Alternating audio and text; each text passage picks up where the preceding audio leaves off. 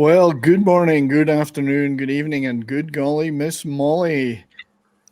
Welcome to another edition of the Canon Film Club, where we celebrate all things Canon, that marvelous independent studio that dared to go up against the big guys and brought us so many wonderful memories. On today's show, we are going to be discussing the saga of Colonel James Braddock, the man who could not and would not leave anyone behind. And Chuck Norris and Cannon captured the zeitgeist with their saga of finding, saving, and avenging the American boys and their Vietnamese families, who everyone would seemingly rather have forgotten. And in the process, they created three action-packed and at times harrowing, but ultimately cathartic movies. It's hard to say that word, cathartic movies, which confirmed Chuck Norris's status as an American icon.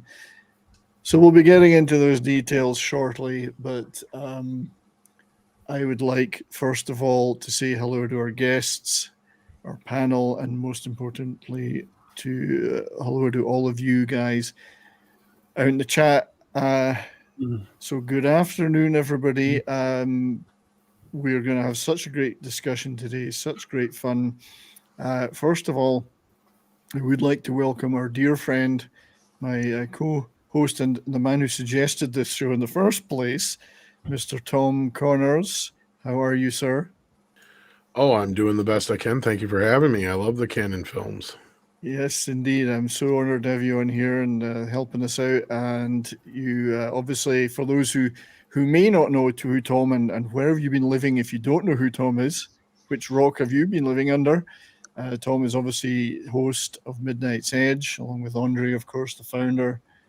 Wonderful channel with the most fantastic pop entertainment news. They had some real great discussions today, breaking news stuff, which we probably won't get into on here, but and also obviously Midnight's Edge After Dark. Links to all of these are in the description for the shows. Please check them out. If you're not subscribed to Midnight's Edge After Dark, you really are missing out.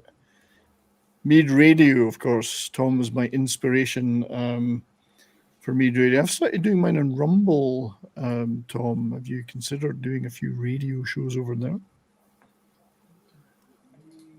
Maybe. Are you able to go longer than a couple hours, or how's it going? I'm playing more songs, less breaks, and with no apparent ill effect. So cool. It's getting a bigger audience, funnily enough. So not suggesting abandoning the YouTube ones, but the Rumble ones are as an alternative once in a while might be a good fun. Might have to look into it. Yeah, and obviously follow Tom on Twitter. Mead the 4K Master, Tom Connors, and you'll find out about all the shows that he's doing and the great stuff he's uncovering, particularly in the 4K and Blu-ray disc side. So Blu-ray sold, huh? But yeah, thanks Tom for being here. I would also like to welcome an extremely special guest once again to the show. And by the way, I should mention with Tom that Tom is personal friends with Bat Tom, our savior. So we must keep Tom on our good side in case we need Bat Tom. But I'd like to welcome once again to the show the man who is the esteemed author of the Canon Film Guides, Austin Trunick. Austin, welcome, sir. Thank you for inviting me back. It's gonna be fun. Oh no, it's awesome to have you here. These are the Bible of Canon, about the Canon movies. In fact, if Canon made a movie about the Bible, it would be in your book. The Apple was about as close as they came. Yeah. And without these brilliant books, I can assure you, Austin, this show would be a lot shorter and a lot less fact-filled. So good afternoon. Thank you for reading. Thank you for supporting the project. No, good afternoon to you, sir, and thank you for being here. I just we should share, if I can get that off there. So canonfilmguide.com is the website where the books are described and links to purchase them are available. You can buy them physically in all good retailers, but you can also get digital copies on Kindle. I've got Kindle copies. I'm waiting for the hard copies to arrive. But Kindle copies are great too, and other great readers. So these books are funny and fascinating and full of facts and great images. Yeah, Austin, the images, where do you get some of this stuff? Because I can't find some of those on the I've been collecting for most of a decade now at this point, just all over the world, all the different eBays, all the different sales sites, international Facebook pages, things like that. You just troll those places, just dig through them long enough, you find these things. Yeah, the most amazing posters and newspaper adverts, cinema adverts with the double bills. I don't know where it's just fabulous stuff, mate. So thank you for Thanks. Go on to Austin's Twitter feed, which is the Canon Film Guide, and you'll see every day multiple great images and posts, and not just about Canon films, but other stuff. There's a great one: Space Sluts in the Slammer. Anyone here seen that movie? They didn't make it, so right. It ended up not being made, unfortunately. Oh, I'd pay to see that. Or at the very least, Canon didn't make it. I'm not sure a couple of other studios didn't run with that idea. Yeah, it kind of morphed into a bunch of different things over the next few years, but yeah. Well, Canon did make women in prison movies, though, didn't they? They did. The Naked Cage probably being their most well-known one, probably the best one. But yeah, please everybody check out Austin's Twitter and get the Canon Film Guides. You will not be disappointed. I've read these about 10 times each volume. Just so much stuff you find, and they're funny as well. I mean, I love the humor. Is there anything you can share about what you're working on now? In terms of the next... Yeah, I'm just still plugging away at the third volume, covering these basically the last dying gasps of canon. The second book ends in 87, which was really their peak, and that's when everything fell apart. So the last book covers the direct-to-video years. But it has a few good ones in there. You got your Bloodsport, your Cyborg, the rise of Van Damme and his getting away from them before they drag him down into the pits of canon. Yeah. I believe Jean-Claude Van Damme gets a credit in Missing in Action or Missing in Action 2, or one of them. Yeah. It would be Missing Action 2 because they filmed that one first. We'll get into that, but he was there basically as Chuck's bag boy, and he ended up doing some stunt work on it. But you can see some footage. There's a great German news program, you can find it on YouTube, where they're talking to Chuck Norris as they're filming Missing in Action, and there's a very young, fresh-faced Jean-Claude Van Damme sparring with him, just in his hotel's gym, and it's one of those really distracting cameos you see in the back of the video. But is Jean-Claude Van Damme is what, 5'7" or something, or is he quite short? Am I wrong about that? He's a big guy.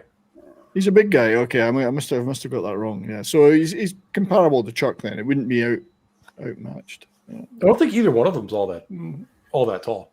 Yeah. As Smilek says, space sluts are the best kind of sluts, in my opinion. Everybody's got a type. Everybody's got a type, yeah. But thank you for being here, Austin. I would like to briefly just turn to my panel, though, and welcome them. I know that we're going to have some interesting discussions today. So our good friend Imperitus, how are you, sir? Doing good. Always good to be here. It's always good talking about some movies that I grew up with. Nice little blast of nostalgia once a week.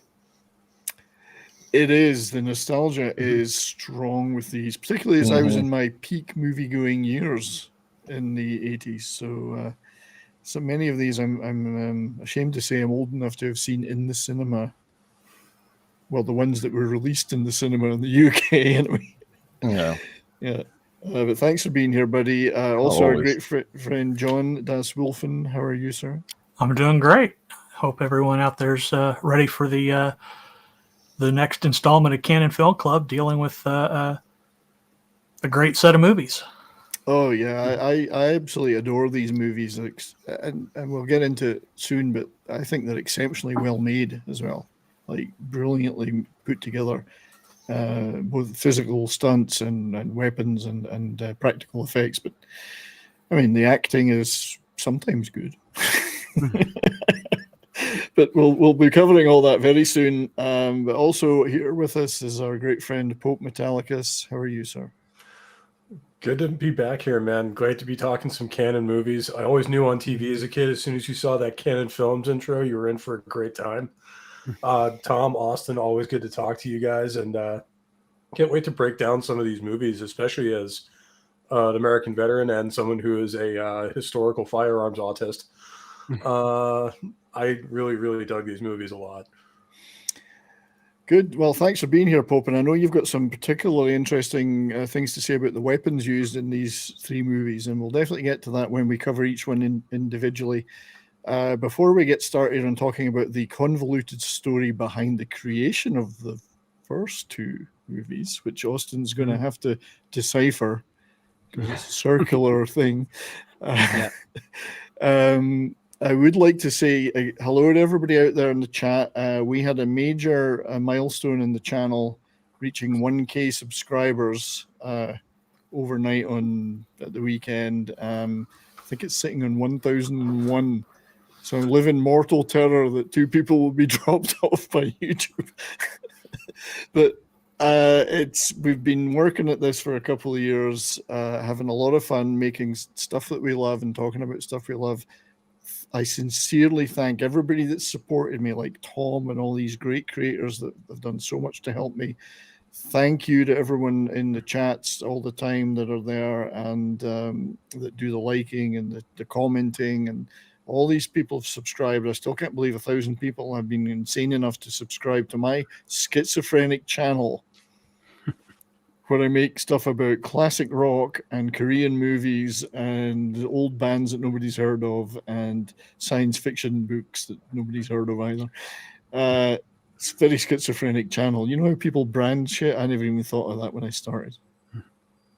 I just switched on the mic and said, hey, But yeah, thank you all. I see it's so many of you in the chat today. Thanks to those who are modding, like D. Bud Martin, Keto Simple, who can't make it on the show today, is in there. Darius, my great brother Darius Münchausen, are all doing the modding in there. Great to see you all. I can see great people like Davina, that's always here, Southern Viking, Crimlon, Jonah Hex, 32 Flavors of Nick Visor, our buddy Nick, who's also been so helpful and welcoming to me on YouTube. And we're over on Rumble too, by the way. We're hoping to make the front page again on Rumble and get some views over there. There's a lot of Chuck Norris jokes already appearing in the chat, and we will touch in on those, so keep repeating them as we go. Yet Austin suffered through all the canon films so that we don't have to. Would you say, Austin, that there are some really, really bad ones that nobody should ever watch? There are some that are very tough to get through, and when I'm writing about these, I end up watching so many of them 4, 5, 6 times, and it's brutal at points. But luckily, those are the ones that tend to get forgotten. They're not the ones that people that are worth seeking out. Those are things that the worst ones are ones that haven't seen release since VHS days. If you really want to see them, you have to go find them on YouTube or something. Really have to work to seek them out. Oh, for sure. But there will be shows further down the line where we talk about some of those and the ones that never got made but still looked great. But these 3 definitely got made, and there's a great story behind that. And to everyone in the chat, we will keep checking back with you. And yeah, there's Chuck Norris jokes. There's the one about the peeing his name into the concrete. I've seen that one a few times. I do have a whole slide of my favorite ones, and we'll get to those at some point for some light relief. So before we get into the story, I did want to show some just basic facts about the three movies. And then Austin will be tackling how these came about. So this is the missing in action stats. And the whole missing in action 2, we're going to get into the fact that they were actually reversed and how that came about. You can see that for canon movies, the budgets were reasonable, I would say. Austin, I think that's a fair statement. Yeah. Yeah. 2.75 million went a long distance, especially when you're filming in like the Philippines. And box office gross, well, I think Missing in Action had the second biggest gross they ever got, maybe, after Breaking. Yeah, Breaking and Missing in Action were their two biggest hits that they ever had, both in 1984. It's a good year for them. It was, yeah. They certainly got grand designs after that, and I guess they hit the zeitgeist in two different ways with those movies. Absolutely, they were right on point. Number of deaths, well, confirmed in Missing in Action 143, confirmed in MIA 2 93, and I don't think anyone's ever been able to count them in the third movie. It just says lots. Something that's impressive, I just want to jump in about that budget, is once you consider about $1 million of that went to Chuck in each movie. Oh God, yeah. You can you can see how far they had to stretch the rest of it. Yeah, and they look good though. I mean, the practical effects and the sets and right down to the detail. And I think Canon's a good example, along with many independent films, especially now that we've gotten into the digital age, of how little it takes to make a good movie and how much ancillary extra BS is added on to a lot of this stuff. And like I said, of course, they'll write down that it costs 2 to 3 times as much to do anything that it really did, and or you've got 3 people to do one person's job. That's the other problem because of all the guilds and the unions and whatnot. But when it came to Canon, they were so indie, driven that they're bare bones and the bare minimum. And, I'm sure they took a lot of notes from, people like Corman and others before them on how to really watch the budgets, yet get the most out of your productions, I'm sure, while also cutting corners at the same time. And I'm sure padding their own pockets.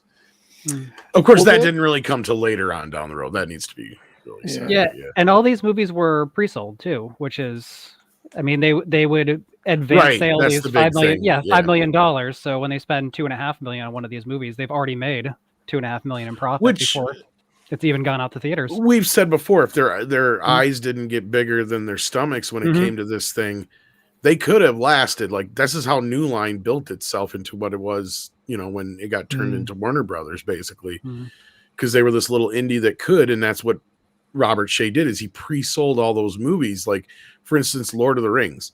Everybody was panicking because of how much money that movie was costing. And he's like, quit panicking. It's prepaid for. But nobody would listen to him. And he said to us in his interview, he's like, flat out, he's like, we had all those 3 films prepaid for, to where even if the first one had flopped, we could have sold it for TV rights or straight to video and still made a profit. So this is how basically Canon worked. It's at least in its early years. These figures, Tom, only the box office gross that we know of. They must have made a substantial amount of money on VHS. Oh yeah. See, that's the thing, is even back then in 84, 85, 88, 86, 87, they didn't really start. First of all, I think the first movie to ever release simultaneously across the US and other countries was The Phantom Menace, if I'm not mistaken. So like, you got to remember, we're still quite a few years out from when you had worldwide releases. And a lot of these movies were released in different territories in different ways. Like, like Austin was just saying, they're already pre-sold. So like, whether they go to theaters or video, so that money is never factored into the box office that we see, right? Right. So these movies could have easily made 50, 60, 70 million when it's all said and done. And then you add in the video sales, which were probably anywhere from 50 to 100 million alone too. Because people forget how big video was. Like, just for an example, to pull another one out of my hat, Lion King, the movie, made $500 million at the box office. It made $500 million on video as well. Like, I mean, that movie made $1 billion back in 1995 when it was all said and done after the and video. that's when $1 billion was $1 billion. And not only that, Disney got to keep a heck of a lot more of that money on the video sales. And that's the thing with Canon. And that's why they jumped to straight to video down the road, because cinemas were changing, right? You still had some drive-ins left heading out of the 70s into the 80s, but not many. You didn't have a lot of the double bill showings anymore. VHS and Beta were taking over. Laserdisc was on the scene already. People didn't just go to the theater anymore to see re-released films, because that used to be how a lot of these films if they were a success, like, if Missing in Action was released 10 years earlier, it would have been re-released every other year. And made its money that way, because they didn't have video yet, but video was there, and cable was the other thing. HBO, Showtime, these channels were brand new, especially HBO was in its infancy yet, and those channels really brought a lot of money and exposure to Canon. I mean, God, I can't think of any time where I've had a tape come from my cousin where they recorded stuff off of HBO and there wasn't a Canon movie either on the tape or advertised on the tape.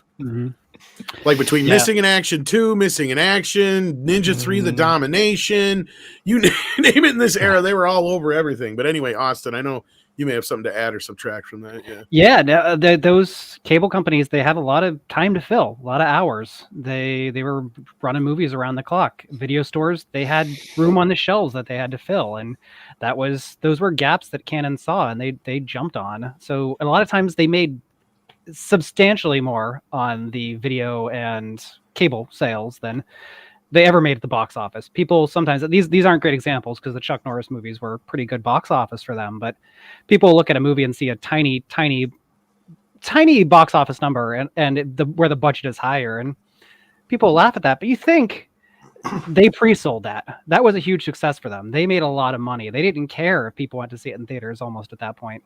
Yeah. That was all just bonus money, really. Yep. For them, a lot of that was worth more just to be able to say, theatrical hit or theatrical release when they sold the video. It became more important than anything at that point. Yeah. They could tack an extra $20-$30 on the cost of the video. Sorry. Yeah, no, there were a lot of these movies that, because they had sold these movies internationally as a theatrical release in the US, and Canon didn't always do their own theatrical releases, and so they would rely on other people to buy them. But if they produced this movie and they couldn't get anybody to buy it, Canon would do a thing where they would, usually it's in Florida. Usually there'd be like a dozen movie theaters down around Miami. It would play for one weekend, and that was the contractual obligation. They could say it was theatrical release in the US, and the other side of that is they may not have released all their films theatrically, like you were saying, Austin, but what they did do is they got in on video early on. So they were releasing a lot of stuff for other companies. So they were, like you said, they were making hand over fist probably on video compared to their theatrical. Distribution was big, the distribution, right? Yeah, the same. It's the same thing even with TV. They were doing the same thing with getting the TV rights or cable rights. There's an ad from the 1984 American film market. I was just looking at, I've been posting a lot of these on Twitter lately, but they went to AFM in 1984 with 600 movies for sale for television rights, which is crazy. Like they were buying up them up cheap and selling them cheap, but profitable when you do volume work. Right. They were ahead of their time in that regard. You're absolutely right about that. So I think for instance, what I was saying is like they released Highlander on video here in the US for an example. That's a real, and that's why I count it as a Canon movie illegally. I know, but that's my favorite Canon movie, even though they released a lot of television material and other stuff for other companies on video in the early 80s and stuff like that. It's a shame they never made a Highlander 2, though. That would have been a great movie if they'd ever made it. But bump. So I just wanted to say that we've made #1 in the entertainment tab on Rumble. Sweet. Today. Awesome. Well, it's probably a good time to kind of break into the background of this film. I would think Austin probably has a better take on this, but we're going to do that. And I was going to say, I just wanted to say though, Tom, whenever you lay the facts on us, this is how we feel.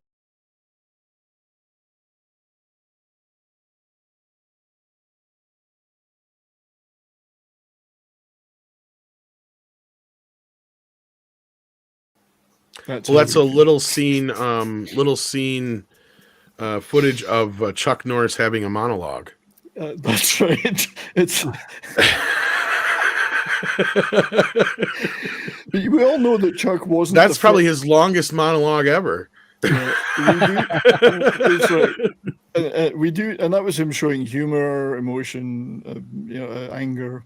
We do know, of course, that Chuck wasn't the first. Jennifer Lawrence did beat him to it.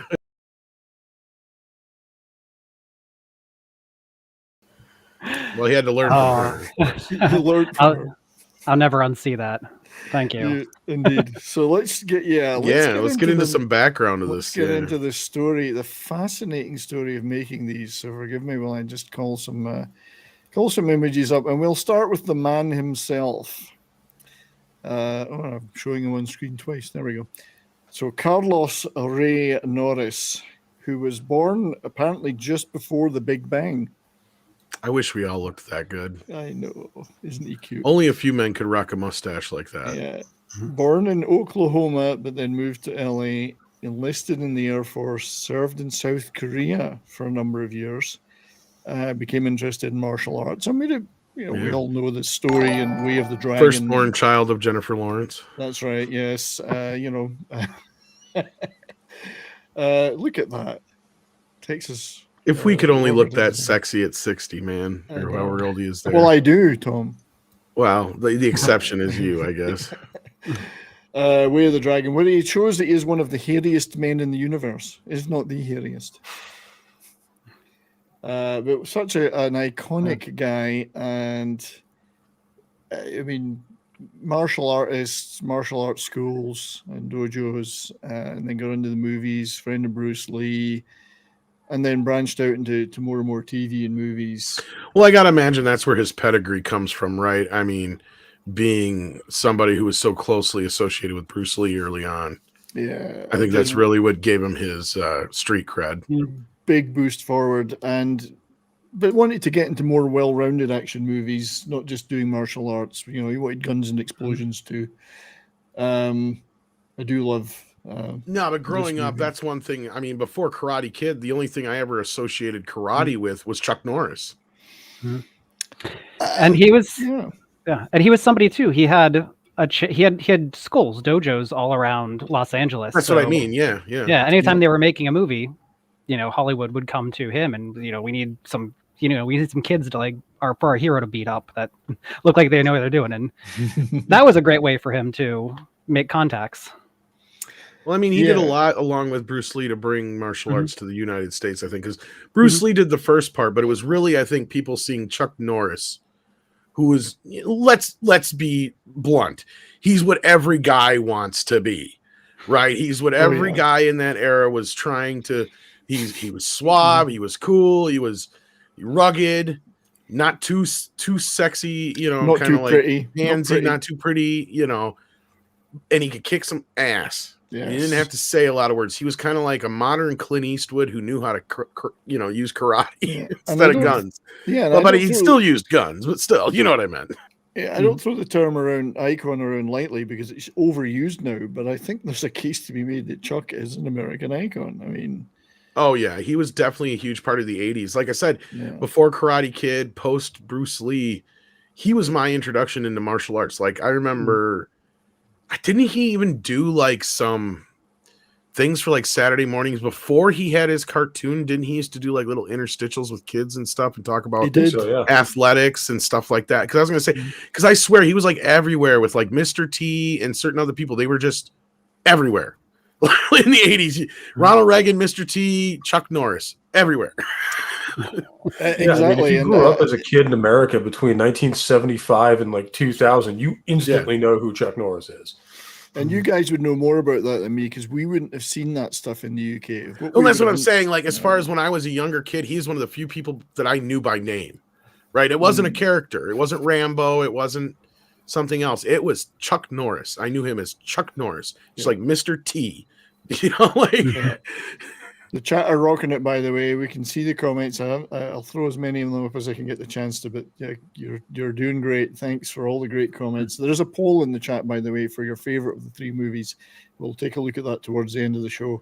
But yeah, so what really happened was, and Austin, you'll correct me if I'm wrong, is that Chuck had a brother.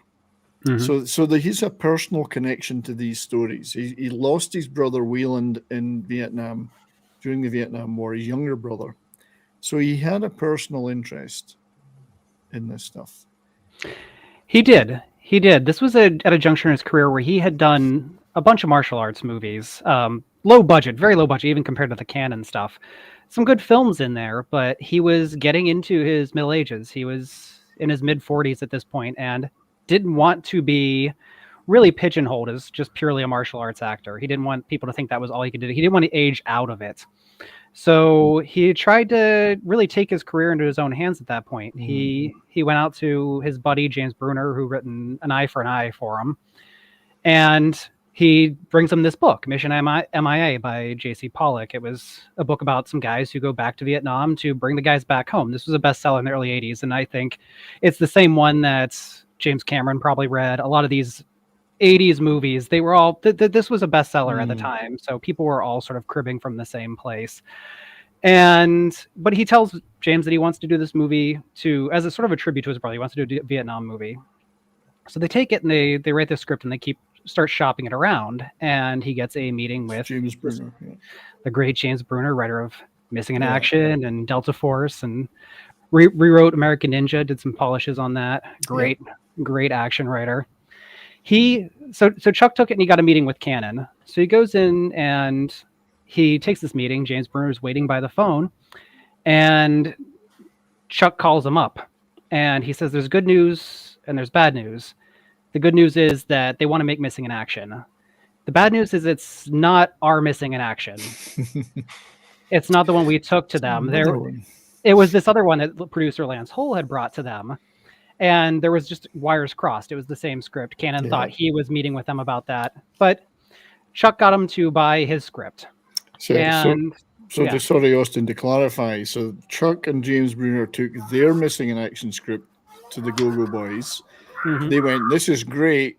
We've already got a Missing in Action script from Steve Bing, billionaire Steve Bing, who was a teenager, Arthur Silver and Larry Levinson.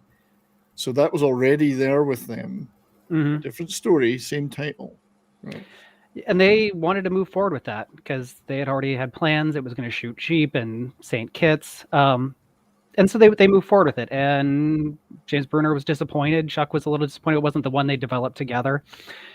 But as they were shooting it, they got through most of the way, about halfway done with the shooting, and decided that this is going great. We want to shoot a sequel immediately back to back. Yeah. And so they asked James Bruner to revise his script, change the character's name so it matched the other one, and they shot that. Yeah, and this is Lance Hull, who's shooting what was the canon Missing in Action as the director in St. Kitts. I think it's better. And then the Lance Hull had done some stuff like Steel Dawn, Man on Fire, great movie.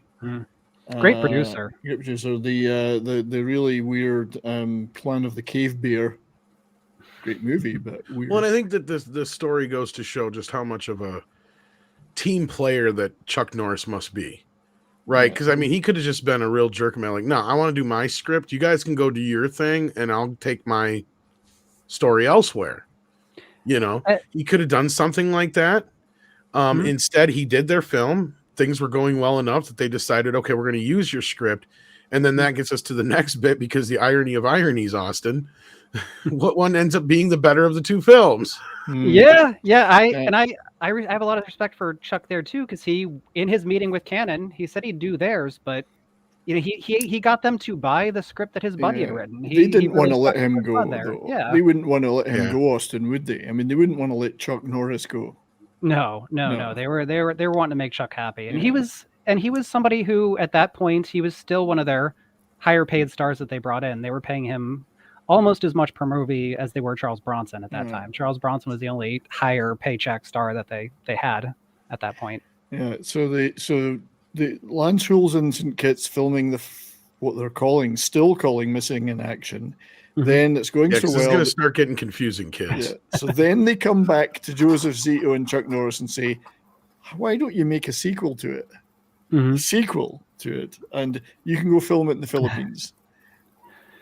And yeah, Bruner, of course. Bruner's Yeah. done some good stuff. Joseph Zito is the director they hired for that. Who's a very competent director. Now, I've heard mixed stories about actually dealing with him, but I mean, yeah, he's worked on things like Friday the 13th Part 4, Red Scorpion. He's a very competent director. Yeah. So now there's 2 movies being filmed, kind of. Yeah, so they wrap up Missing in Action, and it takes them a while to put it together to get the final cut. But at the time, Warner Brothers had a first look deal for theatrical release. And so Canon takes what was Missing in Action 2, what would become this. Why don't we call it the beginning just to make it easier at this point? Thank you. Great suggestion. Yes. They take the beginning, which at that point wasn't yet the beginning. This is the poster for that. Yes. Right. That's the poster they sold the beginning with. As you see, it's directed by Lance Houle and all of this. Yeah. So they take it to Warner Brothers, and they watch it, and they're like, "Oh no, thank you. This is. I mean, it's a solid movie, but it's not a studio. It's not a studio action, like big studio action film. It's something much smaller. And more like a Grindhouse B movie kind of thing. Yeah. Right. Exactly. And they give it a hard pass. So since they've said no, Canon decides that they're going to have to release it themselves in the U.S. to kind of get this movie out there. They have theaters booked. But then that's when Missing in Action, what was released as Missing in Action, wraps up, and they watch it and they realize this is a better movie. This is a more bigger action movie. This is a better movie to launch an action hero with, a brand new character, Colonel James Braddock, somebody you want to set up for sequels. So they just flip them. They slide in what was going to be the second movie into the first spot. The beginning becomes the prequel that comes out 3 months later in theaters. But it was the switch was so fast that I have all of their marketing materials. I have press kits and things that they sent out to that are for Missing in Action. So if you were a newspaper critic back in 1984, you received the stuff to go see the press screening of Missing in Action. What you would have gotten was a description of and like bios of everyone who worked on the beginning and photos from the beginning. You would have sat down and just been pretty confused. You wouldn't have known it was switched. Did that cause a lot of confusion in some of the reviews at the time, Austin? I've never really read any, to be honest with you. No, not really, because it wasn't. These weren't movies that were getting covered anywhere, and most people who did cover them, I think, took notes and things like that. You will see in old newspaper reviews that a lot of the times the stills that they use are of Chuck in his. Not like it matters. They're still the same time period appropriate, just not the right costuming, I suppose. Yeah. So to sum up, Missing in Action became Missing in Action to the beginning. The beginning, yes. The other Missing in Action, which was meant to be the sequel, became the first film, Missing in Action. Right. Yes. So it's like if they would have done, Breakin' and Breakin' 2 and decided, you know what, Breakin' 2 is a better movie. Let's release that as Breakin', and then we'll make the other one the sequel, aka the prequel, Breakin' 2 Electric Boogaloo before Breakin'. And the beginning. It ended up burning some bridges with Warner Brothers too, because Missing in Action came out and it was a hit, and it wasn't the movie they rejected. They're like, this ain't the movie we watched. What the hell is this? We should have had first look rights to that. Yeah, that should have been our money. And theoretically, you could have watched Missing in Action 2 first if you wanted the chronological order, and it probably would have worked. I think it would have worked. Somebody with more talent than me should do a chronological cut of the Braddock story. I just wanted to say flashbacks and forwards. The last time I do remember watching them, which has been a long time, I didn't watch them in prep for the show. I apologize, full disclosure. But the last time I remember watching 2 and then 1. And I haven't seen 3 since I don't know when. I got the trilogy recently from Kino Lorber. Just recently did a new scan and release of them. But yeah. I just wanted to briefly interrupt to say that thank our great friend Christian Delorme, great friend of the channel, who's tipped on Streamlabs 5 Canadian Nuka-Cola caps. Chuck Norris has a grizzly bear rug, not dead, just scared to move. So thank you, Christian, for that tip, and we have a video for you. This is for me.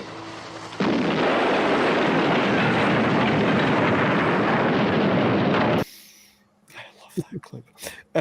It's the way he stands there. This is for me. But yeah, thank you, Christian, for that, and we appreciate you very much on the channel, buddy. You've been a big support, and thank you everybody else for being here too. Yeah, so I think that Austin are saying they, looking at the two movies, I think they made the right decision in the order to release. I would agree. I think the Missing in Action is a better introduction for the character. Yeah, it's got more action, and I mean the first movie, this second movie, the prequel, is kind of more like an A-side, B-side, as you say in the Canon Film Guide. For A-side is more, depressing torture. It's like A-side of a Pink Floyd album, then the B-side gets to the high points with the retribution and the retaliation. Yeah, and while Missing in Action really doesn't waste much time getting to the Chuck Norris stuff that that he'd be known for in his canon run. Indeed. So I think we'll move on to then talking about the individual movies in the order they were released. So we'll start with Missing in Action. And I'll start by playing the trailer first, if that's okay with you folks. So we have a plethora of video here today. I think we should be clear to play these trailers okay. I've tested them all and there's no real problem showing them. So let us start with what is, I'll call Missing in Action 1. Here's the trailer for that movie. So hope I got them in the right order. Vietnam, 1984. Chuck Norris is James Braddock, decorated war hero, ex-prisoner of war, an American on a mission. One man who couldn't forget the Americans that were left behind. See, just falling in that water would kill most ordinary people. That there are any living in Vietnam. Wrong answer. James Braddock has returned. Did I get the right movie? Is this the right trailer? I'd say this almost looks like part 2, I think. Yeah. And free Yeah, this is now the beginning. Oh, that's the beginning. Sorry. I got them in the wrong order. James Braddock. You see, this is an amateur show. This is what you get. Yeah, this is Missing in Action. Until the last Oh no, man. there's Emmett Walsh. Okay, yeah, they're cutting back and forth. You're right. Yeah. I thought I'd watched it a few times before I put it in. Okay. America had no more heroes. So the trailer's an Until amalgam. now, Chuck Norris, Missing in Action. Iconic. So movie. they even fucked with you in the trailers. I That's never right. saw that trailer before.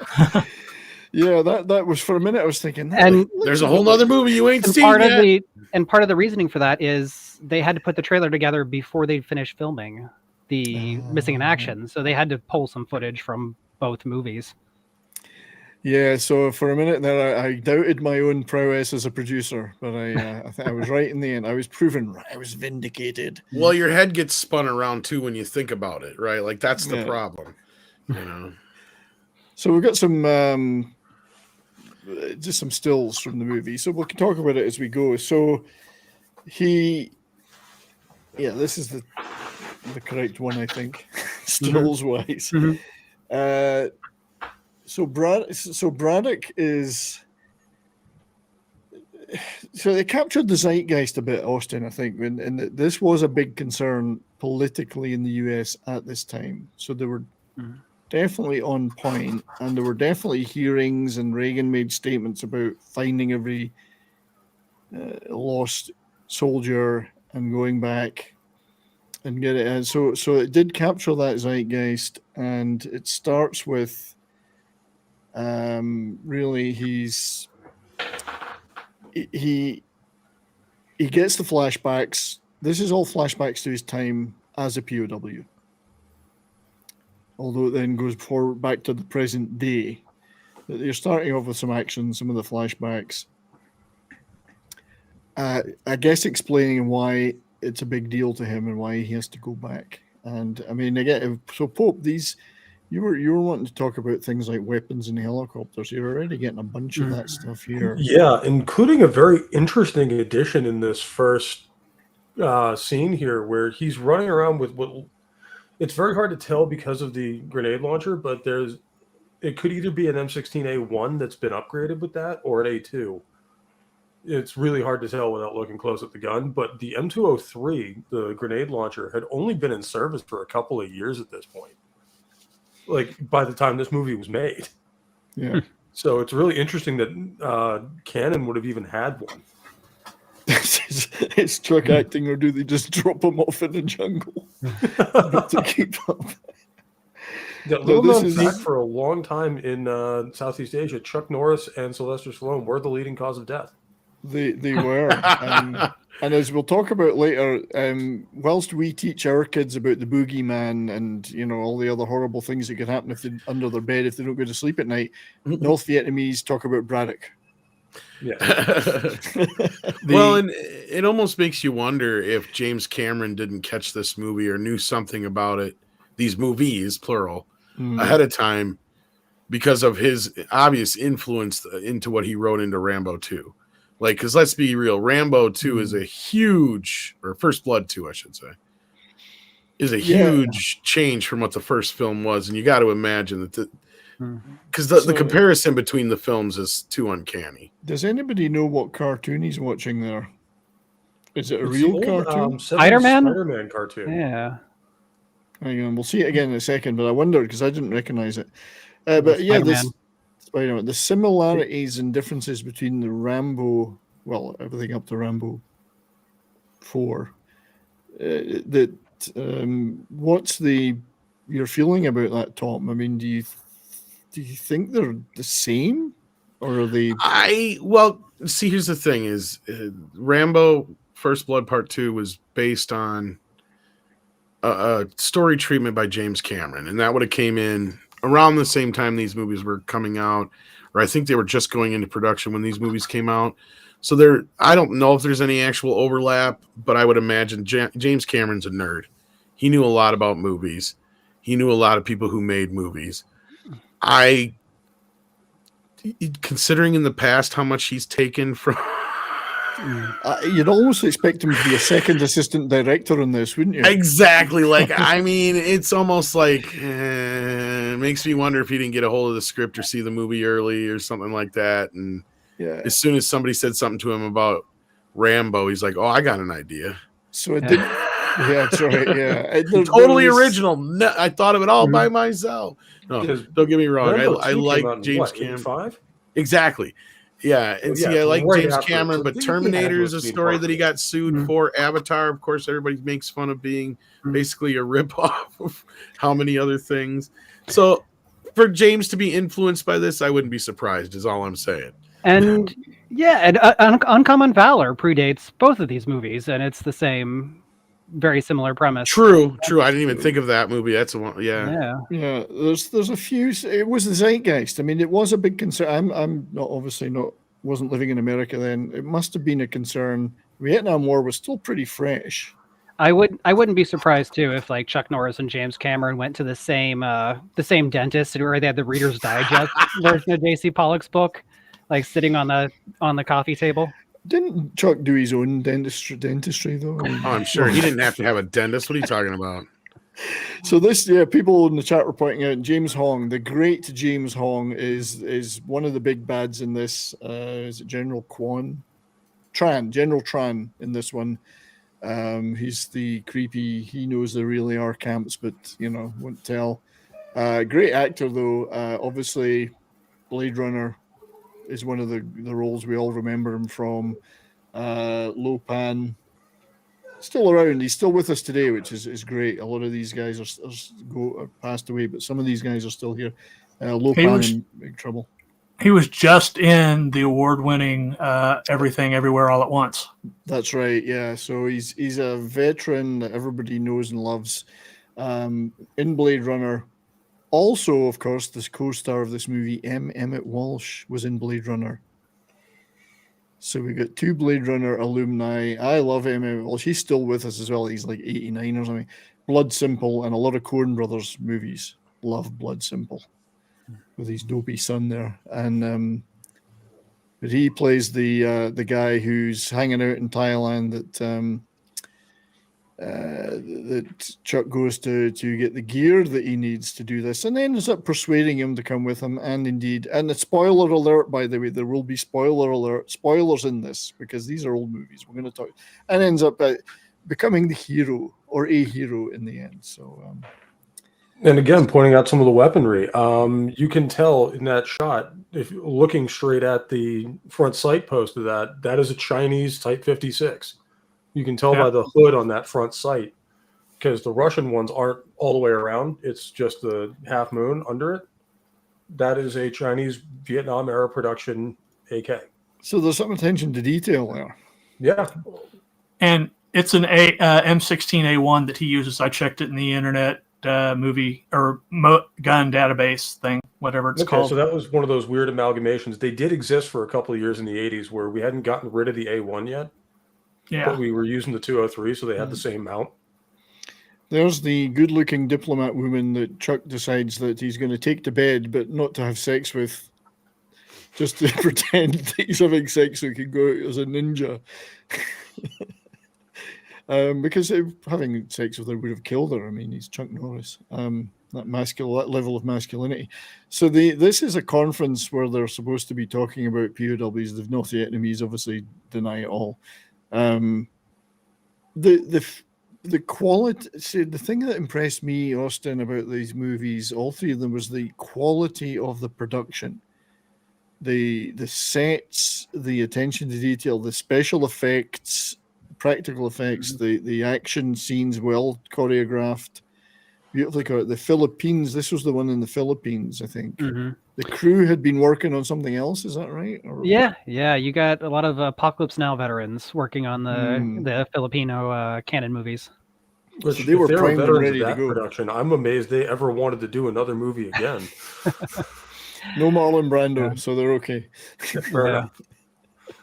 But yeah, the quality of the production is phenomenal. The practical effects stand up today as being some of the best. The explosions and the all that stuff, brilliantly done.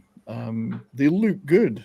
I mean, I know they're 80s movies, but they stand up so well today.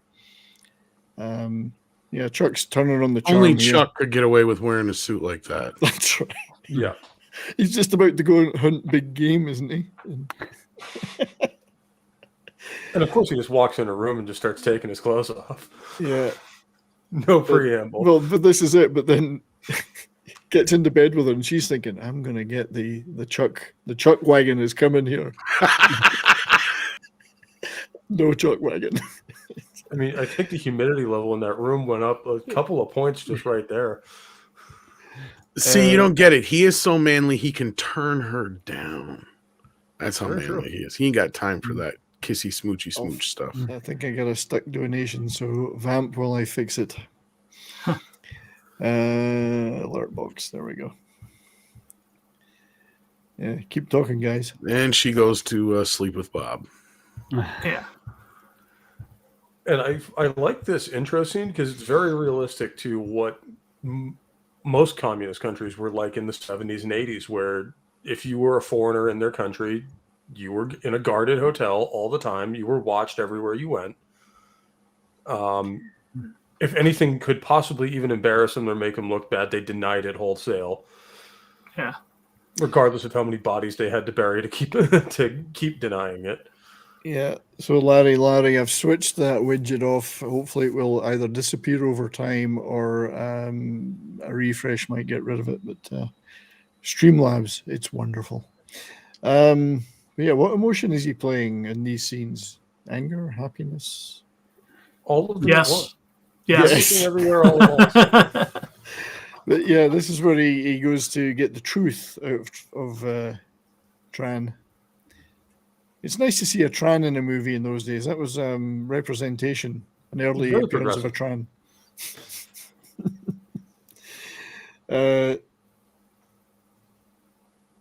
Indeed. So shout out to the dude who played his love interest, by the way. I mean, we all know women weren't allowed in movies until like 2015. So, really good job on him.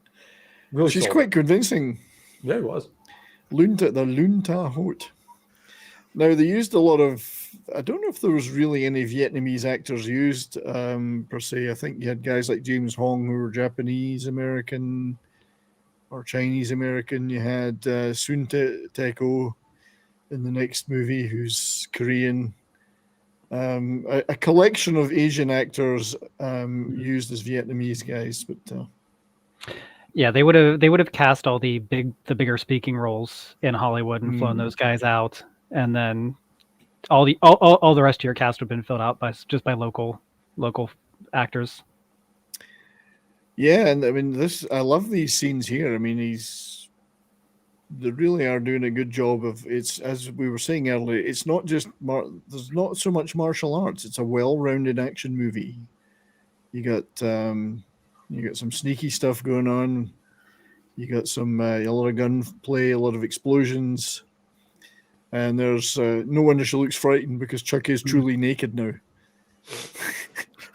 Chuck Norris doesn't need a rope. Gravity's scared to let him fall. Yeah, so the cat is out of the bag though, because they do find Tran's body. He's on a transmission now, really, isn't he? So and now he's off to Thailand to, I believe at this point, to see if he can rustle up some help and some stuff, because he knows where he's got to go in Vietnam. And obviously Thailand is the place to go if you want weapons, helicopters, bulletproof rafts. And a lot of trans. And a lot of trans. You can get more trans. That too. Chuck Norris can sneeze with his eyes open. Well, the cool part is too, like this is actually fairly accurate to the period as well, where Thailand was kind of the dumping ground for a lot of Vietnam era surplus, whether it be with the Thai army or just in the black market in general, and also a whole lot of Vietnam era soldiers who stayed in Southeast Asia or went back there after the war. Yeah, I'm trying to nuke. I don't know how to nuke that donation stuck on the screen. I guess if you made another one, if somebody chose to make another, oh, sorry, probably shouldn't have had that on screen, but somebody chooses to make a, I don't know, $1,000 donation, that may well get rid of it. Worth a try. There is one way to get rid of stuff like that, and I think it's to negotiate. That will get rid of anything on the screen. Oh, I think it may be gone now. Yeah, it's gone. No, it's still back. There. It's back. We thought we scared it off, but anyway, my apologies for that. There's no button in here that says nuke stuff, so.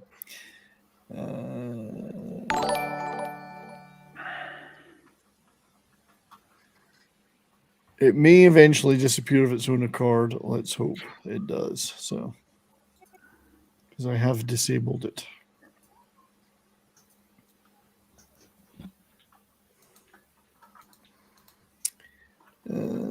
Disable. So, gentlemen, the okay, demonetize. No, I can't. I don't know if I can demonetize because I'm not monetized yet. But anyway, with it may disappear after a little while because I've switched everything off on the Streamlabs side. So forgive me for that. It's a Streamlabs thing. So this is the great moment where he's Chuck Norris is his masculinity is so powerful that he can cause men to come out of the closet. Simply by his presence. And I'm actually going to share, while this is running, another little video of that, which is the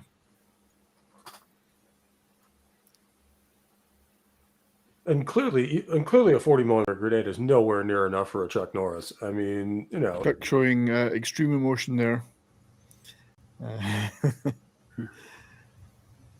But, yeah, I do like that scene particularly because he's, you know, a man comes out of the closet in front of him. He beats the crap out of him.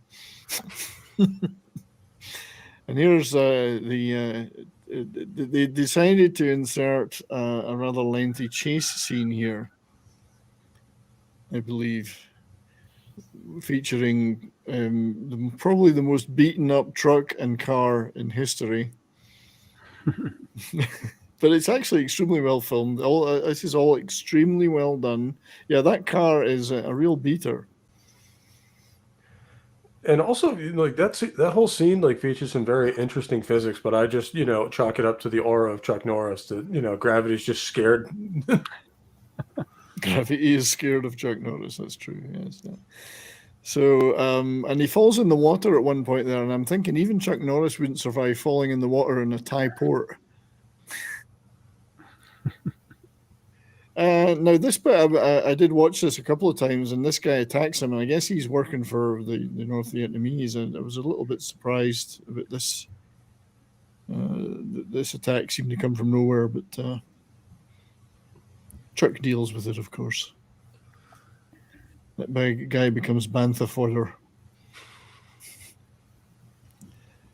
And then the bit that we didn't see, because this is just a compressed set of images, is one of the key scenes is when Emmett Walsh and Chuck go to get the raft from the Thai guy that's selling it, who initially demands $50,000. It's bulletproof and it's got all sorts of extra weapons in it.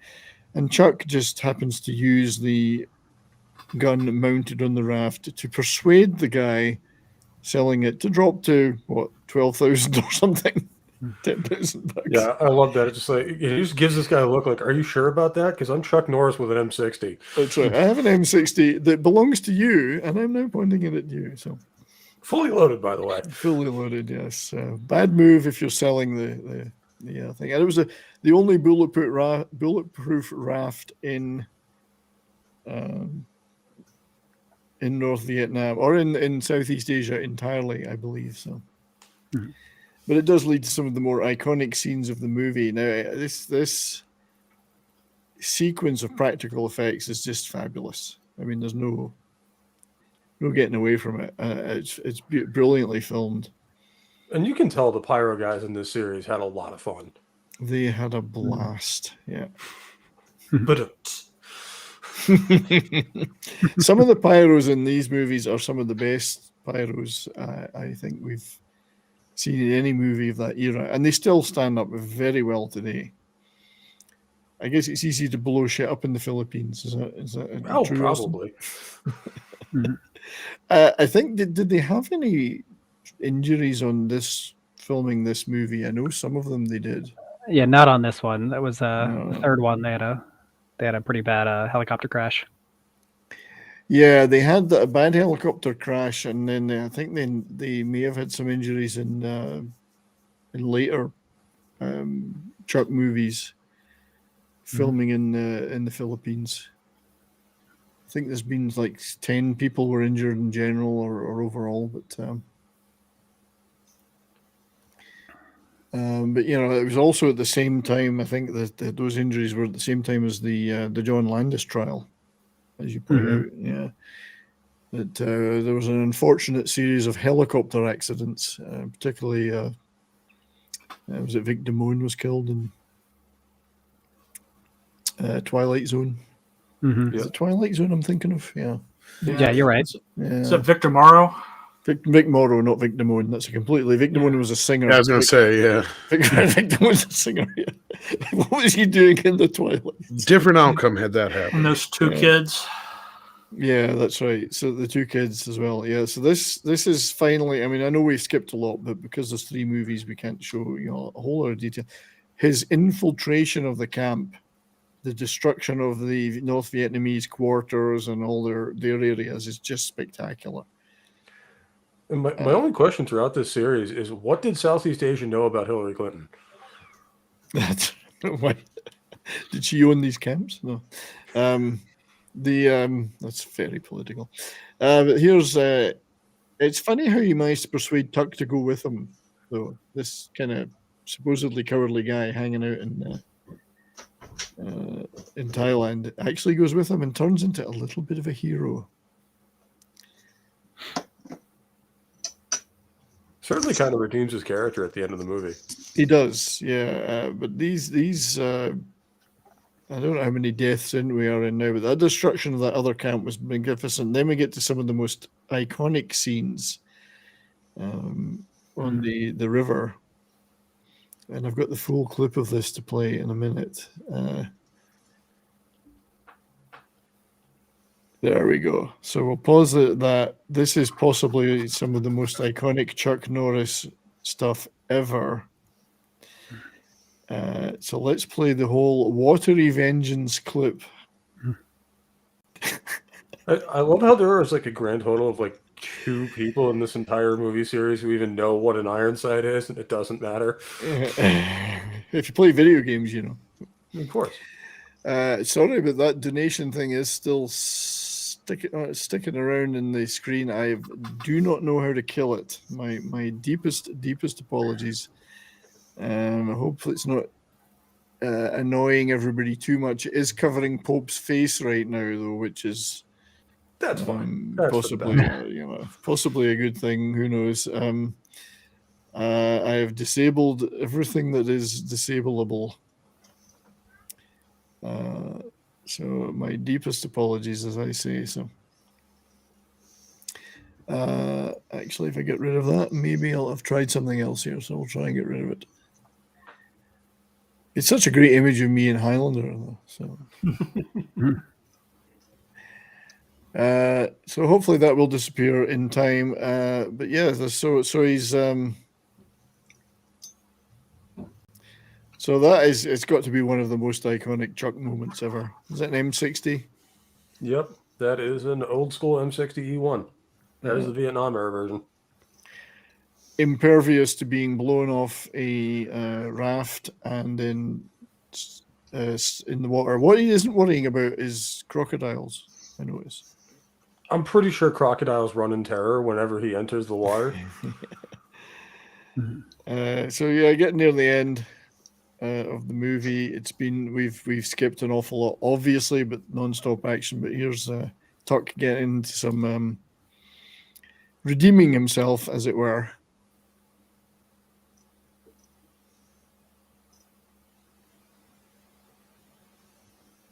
So, Austin, did you may not, you're obviously not of my era age-wise, but did you see this in the cinema ever? No. I saw probably not any canon movies actually in the cinema. We didn't live anywhere near one, so my exposure to all these was on video. Yeah. I actually did see it in the cinema, and it wasn't always easy to see canon movies, but this one was out in the UK, quite widespread release. We have some more chats, which we'll get to soon. None of them seem to make Highlander go away. My apologies.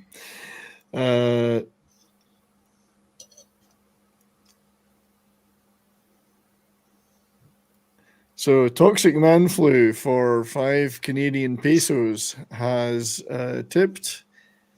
And they said, someone pull Homo 70s Highlander fans finger, please. That may work. Yes, that may work. I'm intrigued because I'm not sure it's actually doing it on the. Oh, it is doing it on the Rumble side too. I may have to kill Streamlabs and then bring it back up again. That might hopefully get rid of it, or figure out a command to get rid of it. So over on the Rumble side, though, Esdreda, congratulations! Your channel is at the top of the entertainment category, and this is my first ever live chat entry. Woohoo! So thank you, Esdreda, for watching and chatting over there. It's great to make the top of the Rumble entertainment side, and they're getting a great view of me as Sean Connery. So until I can figure out how to get rid of that damn thing. So that was missing in action 1. And as we saw, it did extremely well. at the box office, and indeed on later on video, etc. If we go back to the stats, $2.7 million, $5 million budget, of which we said $1 million was probably for Chuck. Box office gross domestic in US, 22.8 million just in cinematic entries in the US. And the number of deaths, 143, etc., etc. So I'd say that was a pretty good success. Yeah. Mm-hmm. And if I can get rid of Toxic's chat, there we go. But yeah, for shade under $3 million budget and making 22, that's good money no matter what area you're talking about, where you made almost 10 times as much as you spent. Mm-hmm. And they probably pre-sold it for 10 million. So so all of that's just pure profit. There's money in the bank. Yeah, went to pay for quite a few other movies that didn't do quite as well. Number of roundhouse kicks, 8,000. Possibly. Some of those were off camera. So Austin, this came out in, I think, late 84. Is that right? Mm-hmm. Yeah, right towards the tail end of 1984, and it was a big hit for them. It was, like I said, one of their top two, along with Breakin', and both of those movies were within 5 months of each other as far as release, which is 84 was a great year for them. They had money to spend on things like Life Force after that. I love Life Force, though. Great movie. And they made, they made some of the most incredible poster art. We'll just have a quick look at those before we move on to the second movie.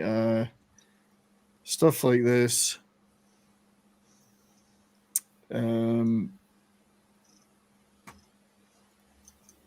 That one's just, it's the same Chuck image, but I just like the different, slightly different backdrop. The colors are great. I don't know who does all these art, but they're so wonderful.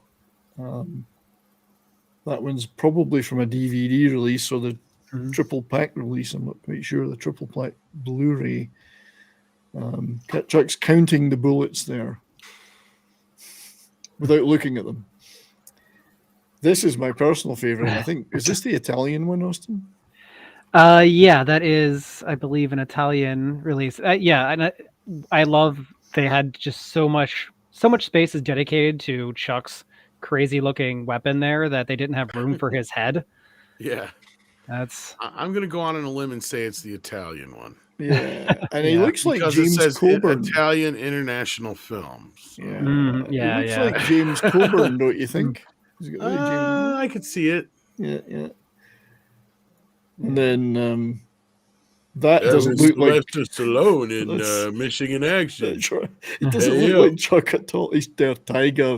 It's different than Rambo because I got a beard. He is their tiger. Yeah, so good stuff there. The first one, and the second one was in the can already, like all done, edited, everything. Yeah. Yes, they were able to put it out right at the top of 1985. So I think less than 4 months after. I think there was the gap. Yeah.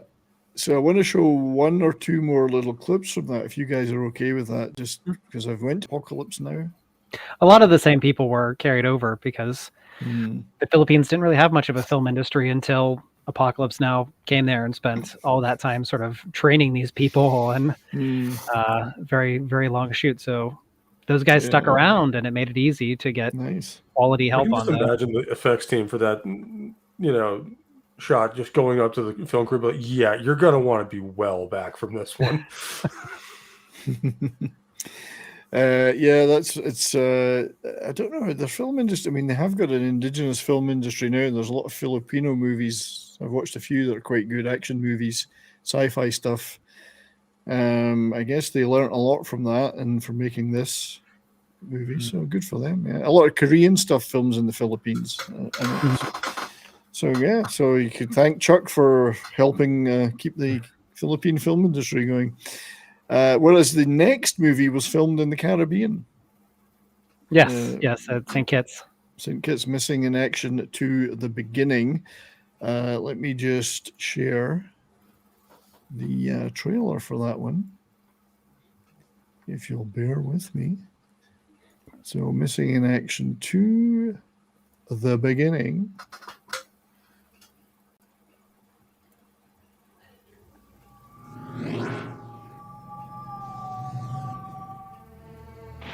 Vietnam, 1984.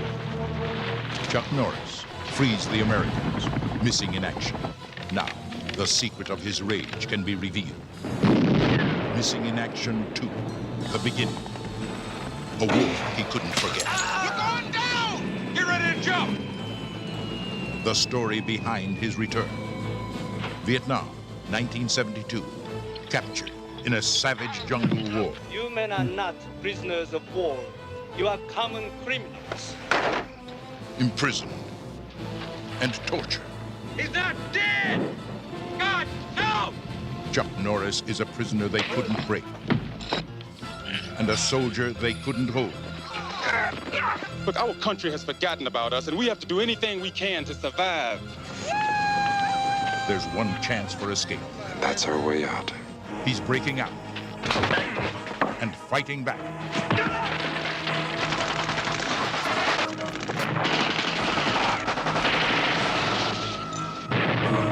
An American hero. His story continues. This is for me.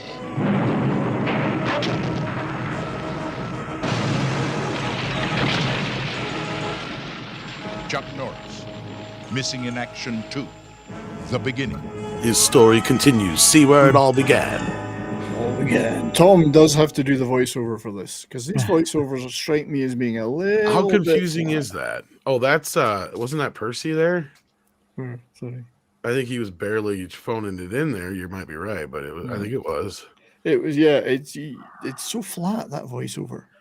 He's a good voiceover artist, but that's not the best voiceover work I've heard him do.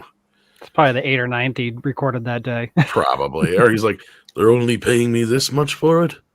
Yeah. Well, So I did get another I tip. guess that's all they're getting. I did get another tip from our great buddy Joe and Joe's Atmosphere. Another 5 Canadian bottle caps. One of the he's talking about the M60 coming out of the water. Watery Vengeance, as they call it. One of the most iconic wet fight scenes ever, other than in perhaps some of Cannon's sex comedies. Hail all. So good to see you, Joe. Yeah, the manly Tom does a much manlier. Come on, Tom, give us a few seconds of the ideal Missing in Action voiceover. I caught you by Well, I surprise. think that is Percy who did it. Yeah. I'm not mistaken, and he, of course, is most well known for just when you thought it was safe to go back in the water. You know, but gosh, for that, yeah, you kind of need more of a Chuck Norris is coming, and he's bringing America ass kicking with him. Oh, that's good. That's so good. Something like that. You need, that yeah, is you really good. got to pump it up. You're like, you know, he's gonna take no prisoners. He's a prisoner who's breaking free. You know, stuff like that. Yeah. Yeah, that sounded better. So, Missing in Action to The Beginning. This one was deemed not quite as catchy as the first movie. So let's just share some of the images from this. Well, going back to what we had learned or, you know, said before, basically this was the lesser of the two films. It was technically the first film, but I guess for those at the time when it came out, honestly, I see the idea behind it, and it probably helped the franchise, because how many people would have even given the second film the time of day had this been the movie that came out first? Right, as opposed to vice versa, where they were huge fans of the original, to where it's easier to probably consume this movie now that you've seen the better of the two. It may be confusing for some, but I mean, again, this wasn't a time that we were very used to prequels as a concept necessarily. I mean, yeah, we had some, but like, you know, it was kind of weird, especially the considering. But yeah. Yeah, and that's the poster you've got behind you. Yeah, that's a French poster. Portes disparu. Portes disparu. Yeah, the one behind me is a Subway poster, so it's about as tall as I am. If I were to like take a step back and stand up next to Chuck it, Norris is a typical American fascist, and he comes in and he blows shit up. Do you really want to see a tall Chuck Norris poster in a Subway? You might think, oh, hey, disaster's coming.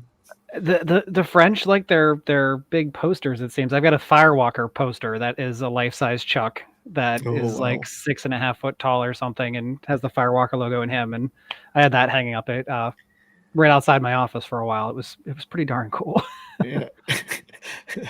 Yeah, I'd love to have that. I like this is an Eastern European one, I think. Looks like a DVD cover. Yeah.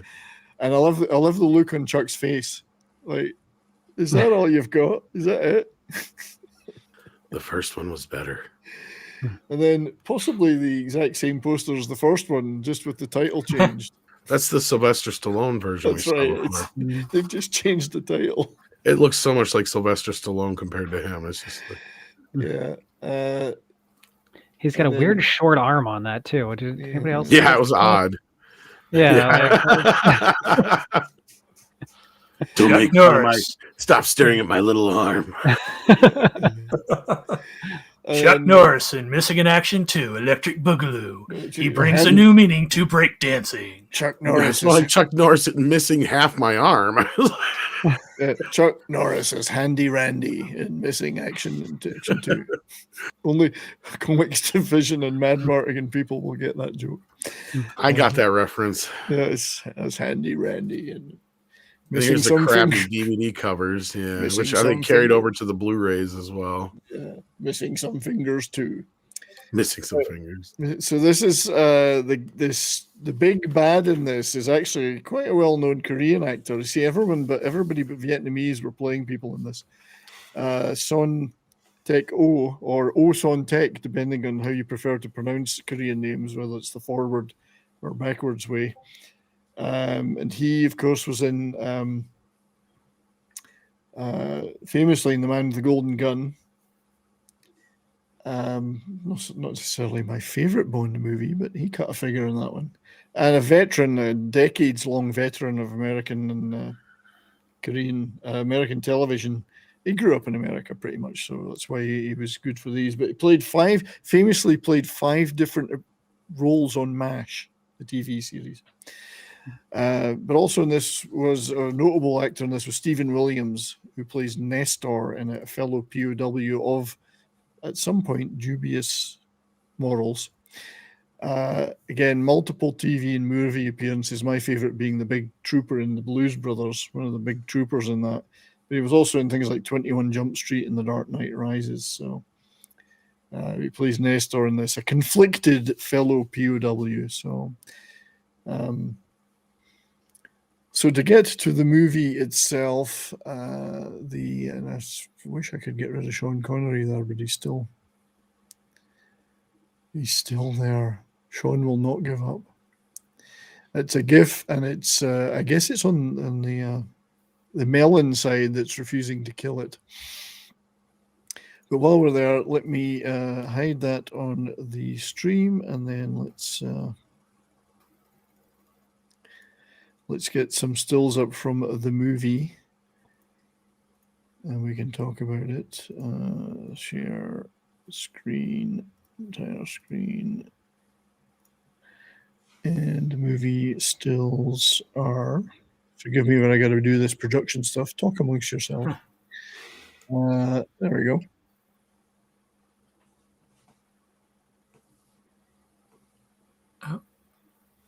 Yeah, so this one was released in something like 3 or 4 months after the first one.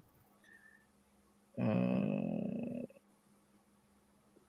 we go. And Chuck is looking particularly spiffy in this one. I think he looks like some kind of Australian bushman. I don't know. There's something very Aussie about that hat. You just see corks hanging off it. But this, I guess, is the mission that he's on with his fellow POWs when they get shot down, whatever. And they all have to bail out one by one. Chuck going last, of course. Are you supposed to be sharing some images here? Oh, sorry, they're not showing. Yeah, I was going to say, I think you're referring to something we can't see. Yeah, sorry, there we go. So, yeah, they're on this mission. And so this is back, it doesn't give a date, but it's something obviously like early 70s. And I love that. I do love the titles and the fact that I think the trailer said 72. 72. Yeah. So they're introducing each of the guys on the helicopter with that red text. So later on, we know them. And then it cuts. I think you thought this was rather jarring, Austin. It cuts to some real life footage. Yeah. Yeah. They kind of shove it in there. Make it seem that this movie is try to ground it as much as they can, I suppose. Yeah, I mean, from real life footage of POWs being honored and Reagan talking about them, and we're going to bring them all back and whatever. I mean, there were some guys over there where they're not. Oh yeah, even when I was a kid, there was still rumors of some guys that got left behind in the 90s. Yeah, there's constant rumors that there's still a few more guys, but they did turn it to be some guys, and one of the things that they make clear in this movie and the third movie particularly is it's not the North Vietnamese as a whole that they're attacking here. These are certain generals, in this case General Quoc, who is running this camp pretty much for his own sadistic pleasure. There are Vietnamese prisoners in it too. And some of the North Vietnamese are not too keen on this guy. So I think they were attempting to avoid, whilst it got, and you'll know the reviews, Austin, they got called, jingoistic and whatever. I think they tried to keep away from that a little bit in the script. Yeah, so this movie wasn't nearly as well reviewed as the first one. Cannon's gut instinct was correct, and the using the real world footage was not a uncommon thing for Cannon. There was pretty famously when they were working on a movie, it was released as The Human Shield, but it was a Desert Storm movie. The promo reel that they showed at AFM in like mid-February, like a few weeks after Desert Storm began, used footage that they had taped from TV to stick in there to get all of the missiles and things like that. Just wild. It is. I mean, they did capture. I know what they were trying to do was capture the zeitgeist here, a little bit of real world concerns in America at that point. And most people, regardless of political affiliation, maybe it's slightly different now, did care for the veterans by this point and what had happened to them, particularly in the Vietnam War, because they wasn't a popular war at the time, but people came to realize it's not the fault of the guys who went there. It's hard for me to say because Britain didn't take part in that, although a lot of other countries like the Koreans did and so on. Well, and it was partially too, both governments just kind of didn't want to talk about it after the war. Like, we didn't have a great relationship with Vietnam after the war. And also the American government didn't want to talk about it because it made them look stupid. We pretty much knew where these guys were, but we weren't going to get them. Yeah, so I don't think Cannon were necessarily too heavy-handed with the trying to tie it to live actions, to real world stuff. But then you can see, I think, in a lot of people's opinions, and you're one of the most, and from your wonderful chapter in the Cannon film guide about this, the first half of the movie is really torture porn. Yeah, Chuck doesn't kick a lot of ass in the first half of the movie, which is what you kind of tune into a Chuck Norris movie for. Yeah, because these guys are kept. Yeah, they've been kept in this POW camp. They're told that everybody thinks they're dead. They're being tortured and used. And one of the main things that Son Teko's character is trying to get Braddock to do is to sign something saying he's a war criminal. And if he signs it, then they'll all be let free. But Braddock, now this is this is one of the iconic scenes in this, where Braddock is tied up by his ankles, and then a bag with a rat is introduced. So just while I'm actually going to show the video clip of that scene because it's another iconic scene. So it's Braddock tied by his ankles with a rat in a bag being put over his head. And it's as good as it sounds. So, it's this one here. Yeah.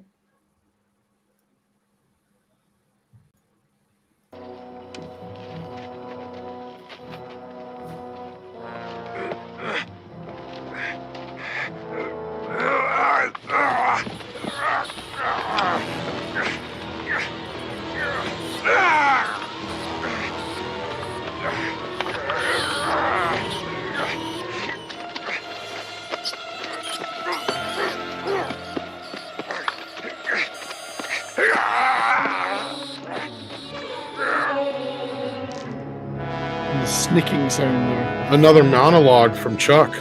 That's right. A lot of lines he has to remember. Yeah. Yeah, that was a lot of lines. I mean, was the result ever in any doubt? Poor thing never stood a chance. Trapped in a bag with Chuck Norris. That's right. That's right. The rat had no chance. So it makes you wonder how good he is. How did he ever get captured in the first place?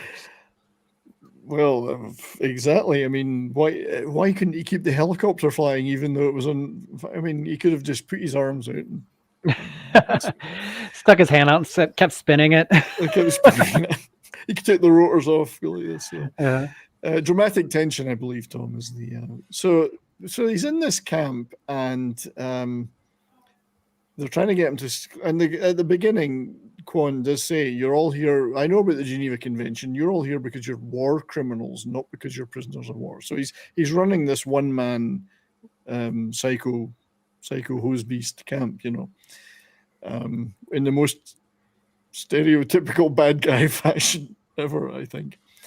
And some of the POWs, Nestor there, played by, we saw him earlier with Stephen Williams, is starting to kind of turn on Braddock because they're saying, you can get us all out of here. All you have to do is what he wants us to do, which is you to sign this confession and so on. Now, the big guy there behind him, I can't remember the actor's name, but I think he's been in a couple of quite good canon movies. You might know his name, Austin. I can't remember. Yeah, I missed him. Tanaka, I think. Oh, yeah, Toru Tanaka. That's it. Yeah, he's been in a few cult movies, possibly even another wrestler. canon. Yeah, he's a wrestler.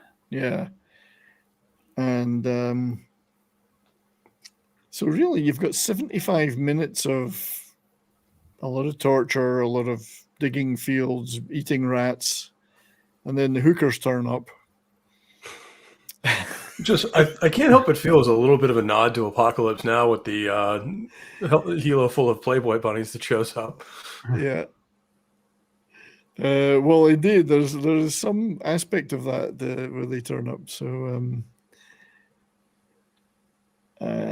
still trying to get rid of this damn image, everybody. My deepest apologies about that. I've even tried signing out of Streamlabs, but it's not made any difference. So. I think it's on the Melon side. It's continuing to transmit that GIF, even though it's gone long ago. You just have to sit there and jiggle it. I'm jiggling it as we go. If I switch Streamlabs off, I can't see anything. Jiggle the handle. Yeah. I had to disappear for a second. Just you continue. I'll be right back. Okay, yeah. So Chuck at this point is fairly supine. Or Braddock, I should say. He's kind of going along with, he's refusing to fight. He's refusing to get drawn into their games. He's pretty steadfast. And then I think at some point he says, fuck it. Well, the arrival of the helicopter with the hookers is a sign that there's a way out, which is that helicopter. Now, in the meantime, there's this other character came in who's an Aussie supposedly investigating these camps. But he's pretty much bluffing a lot of, I'm not quite sure why, but he was bluffing. Now when it gets into the second part of the movie, Chuck says, "That's it, we're out of here. I'm going to start doing some stuff," and it becomes relatively easy for him to break out, I find. Yeah, all the torture and stuff was actually just a spa day for Chuck Norris. That's right. It was a spa day. It was his sense of sportsmanship that he learned in martial arts. Like, he had to make them feel like they contributed and they were part of it. Yeah, and he had a nice meal of Rageaholic and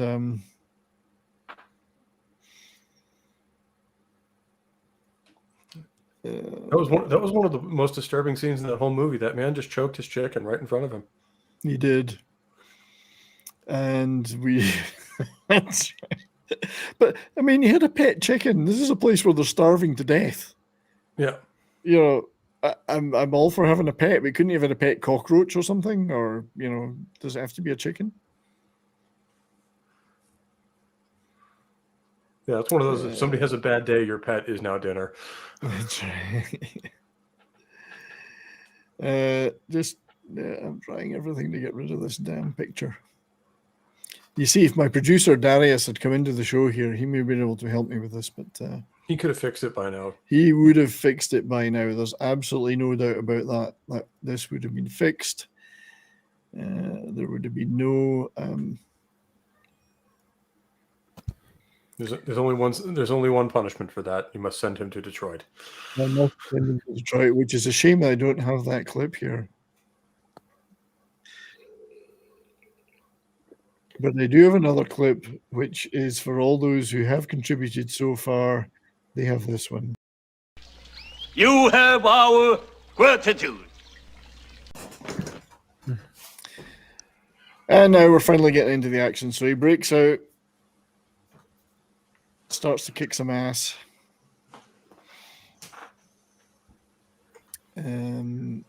Here's one of my favorite clips from this movie, and I don't know if we've reached it yet in this series, but we're going to show it right now.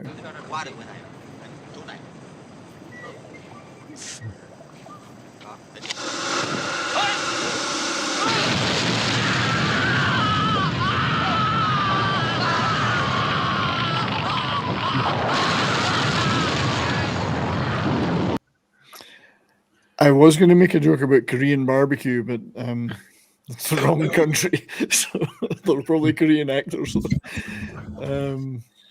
Yeah, he starts to. They start to get into. Come on, I'll let you out in a minute. All right, Tom's talking to his pussy again. Old dog's bugging me. I have to go here soon. Yeah, no worries, mate. We're glad you're here in the first place. But yeah, they got to rake everybody out the camp. They got to get back and kill the bad guy. It does feature, and we'll get to it towards the end, a really great fight at the end between Sun Taek-oh and Chuck, where Chuck, I think the ending is great. I mean, this whole sequence is brilliant. The first half's about, once it gets to this point, it's fantastic.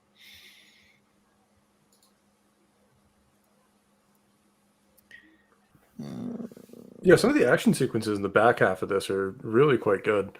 Yeah. Although I will say that apparently none of the pyro guys knows what a grenade looks like. I mean, this one was filmed in the Caribbean. Is that right? Correct. Yeah. Was the team, it was a different team then, a different local team. Do you think there was a qualitative difference between the... I honestly think you can see it just looking at the quality of the picture, and you watch huts explode and things like that. I think they were better on the other movie. I think the crew in the Philippines was a little bit more ready to do that stuff. Yeah. Indeed, possibly that is the case. So, Tyler's quotes. Why can I not get rid of this damn picture?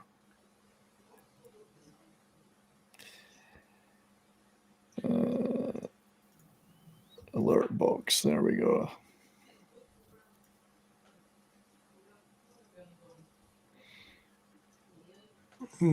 Yeah, you can tell the like the production team isn't quite as good here as they were in the first one. But Hey, it's gone.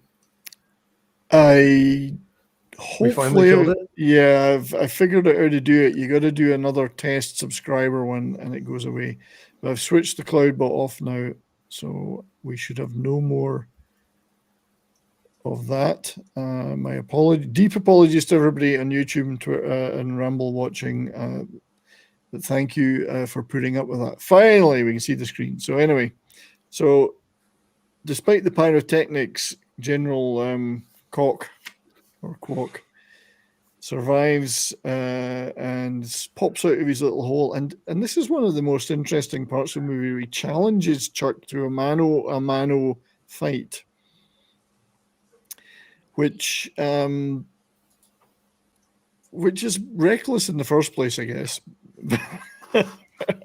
But really, I mean, what was he trying to prove? I mean, why don't you just? I guess he didn't have a gun, but Chuck had a gun, so He figured Bruce Lee did it, so he might as well. Yeah, and Braddock decides he wants to inflict pain rather than just kill the guy outright. So, and every punch he lands, he cites one of his fallen colleagues. This one's for whoever. This one's for Nestor. I don't think the fight is in any doubt. And then he delivers the coup de grace, which is pretty much, I think he reaches up under his ribs and grabs his heart, is the implication. So he goes right up under like that, grabs the heart. And then comes this fabulous moment at the end where their helicopter's waiting to take them away. And boom. So I think we'll just see a little bit of that closing moment, which I do love. This is for Franklin.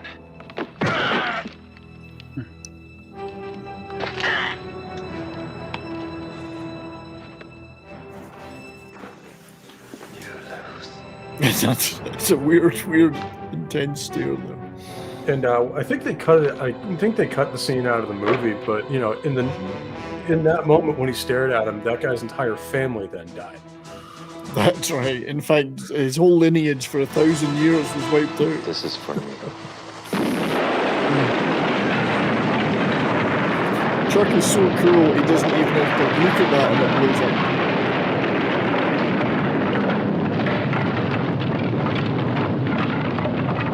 Pretty good pyrotechnics, not on a par necessarily with the first movie, but still not bad. So I'm guessing like his direction during that scene was probably just like, Chuck, you're not gonna want to look at that. So Austin, I'm just glad to see they utilized every single angle twice in that explosion. So Tom, I mean, what's your feeling about the two? I know it's a while since you might have seen them.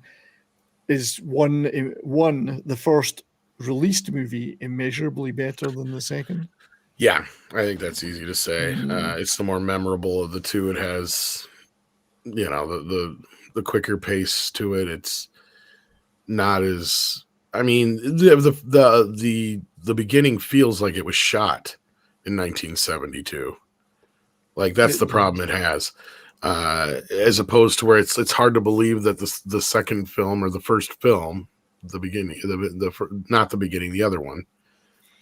Yeah. Was actually shot after the fact and nearly the same, back to back with it because, and it just goes to show you, like I was saying before, how much a more competent director probably Zito is and how much better that script was. So just those two things alone made that all that much difference. I'm curious what Austin thinks on that, but yeah. Yeah, I agree. I love James Brunner's writing. He's a great action writer for this era. And yeah, I mean, this one was written by a team, a bunch of people just banging their heads together, and it kind of feels like a little all over the place there. And yeah, the first one is the better movie. They definitely hit it there with their decision to flip them around. Yeah, well, Steve Bing was involved in this one, and he was trying to work his way into Hollywood, and I guess his career took a nosedive eventually. Too soon, but it did have the feeling of well, we've got these two ideas, why don't we jam them together? Mm-hmm. Yeah. It takes a long time to really get going, in my opinion. Delta Force is another movie that I think takes a long time to get to Chuck blowing things up, and where it's almost two different movies. But the caliber of actors, the stuff that's going on throughout the first half of Delta Force is more interesting, even if it's longer. It's a 2-hour movie versus one that's 92 minutes or something like that. It feels faster. It takes you get to the Chuck action faster than this. Just feels like a drag for a lot of it. It does, yeah. It's definitely my least favorite with 3. We will be checking in on the poll. There is a poll in the chat for on the YouTube side for people to pick their favorite. Tom, you lose. Sounds better in an Austrian accent. You lose. Can you do it? You lose. I just use Tom. I use him for this stuff. Yeah, so just briefly checking in on that from a stats perspective. 2.5 million budget, 10.7 million return, and plus all the other money we know that made and whatever. It's still a reasonable return, Not as good a movie. Probably puzzled a few people when it came out, but he did do infinity plus 1 roundhouse kicks. So, because Chuck is the only man that can do anything with infinity or 0 and make it work. So moving on to Missing in Action 3. Final entry in the series. Let's have a quick look at a couple of images from that before we just talk about it. So Missing in Action 3 was at least a 3-year delay, 2 or 3 year delay, Austin? To In 1988. Yeah, so 1988, I guess. What was it driven by Chuck and Bruner wanting to make a more satisfying follow-up for them? I think the biggest thing is Chuck didn't want to do, he called them jungle movies. I think he did these two, and Delta Force took him somewhere else. He did Firewalker in there, which was a comedy. He was kind of, he made these movies so he wouldn't get pigeonholed as a martial arts actor, and I think immediately he didn't want to become a Vietnam actor, I suppose. Yeah, I also think there was a feeling, though, that maybe he wasn't so keen on the second one, which the prequel, and maybe felt he had to just finish the story. Him and Bruner. Yeah, it was Canon really pushed for it, and yeah, it was they wanted to do it in a way that like Chuck got to kind of come up with the story for the second one, and I think he wanted to be more involved this time. Yeah, I love how they use the scene from Missing in Action. Missing in Action 3. This is a nice one, actually. I've seen a few versions of this poster in different color schemes. I like this image. Really good image. Yeah, kind of got like a Tears of the Sun style cover going there. Yeah. And for me, it's a much more satisfying movie. It's got more action, for one thing. It has a more personal story for Braddock because he's going to go back and find what he thought was his dead wife, and finds out surreptitiously by the CIA that he inadvertently tell him she's alive by saying they're not going to go back and save her. And the CIA being incompetent and dickish, only in Hollywood. Yeah, and not supporting their own people. Isn't that weird? Never happened. So in this one, the villain, there's always a big villain. This is General Quark, sorry. General Quark. Aki Ilong, well-known veteran Japanese descended American actor. Again, they couldn't find a Vietnamese person willing to play the role, I guess. Talk about cultural assimilation. It's like these nations, it's like everybody in the West thinks those nations are all the same. One thing's for sure, though, they all don't like the Japanese, the Koreans, the Vietnamese, the Thais. Well, there's a reason for that. Yeah.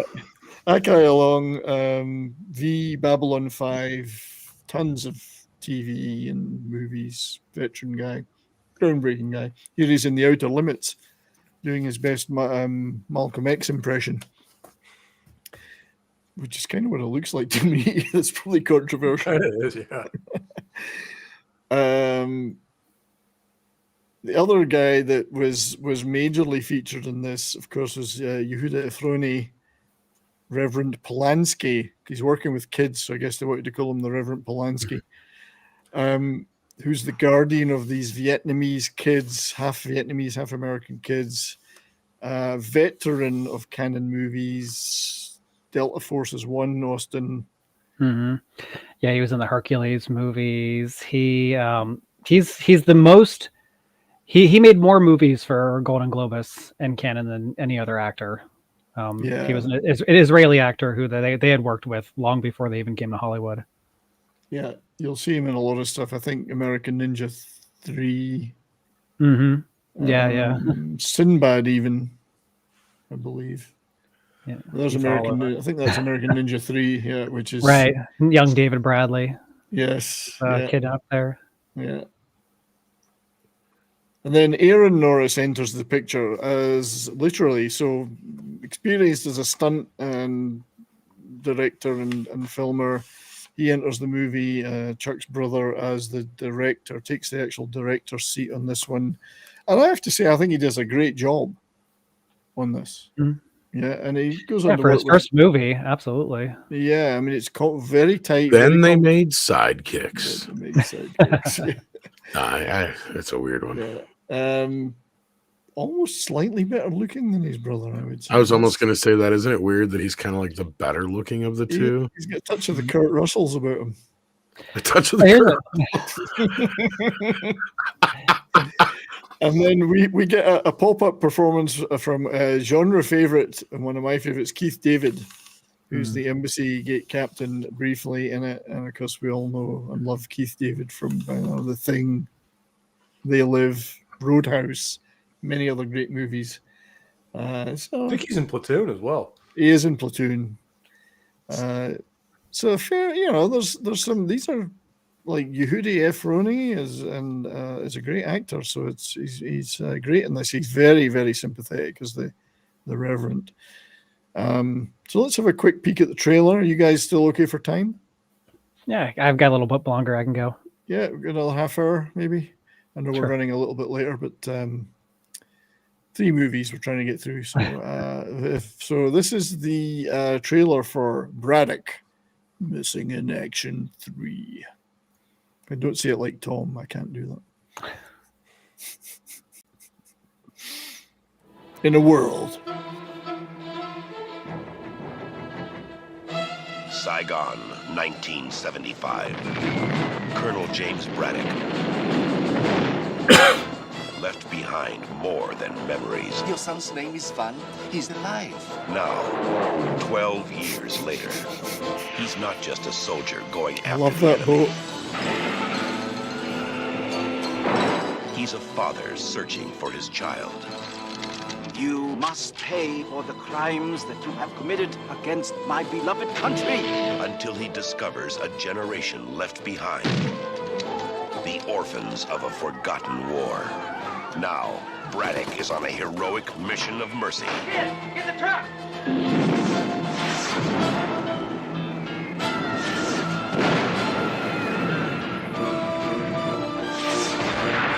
Chuck Norris is fighting for everyone who can't fight back.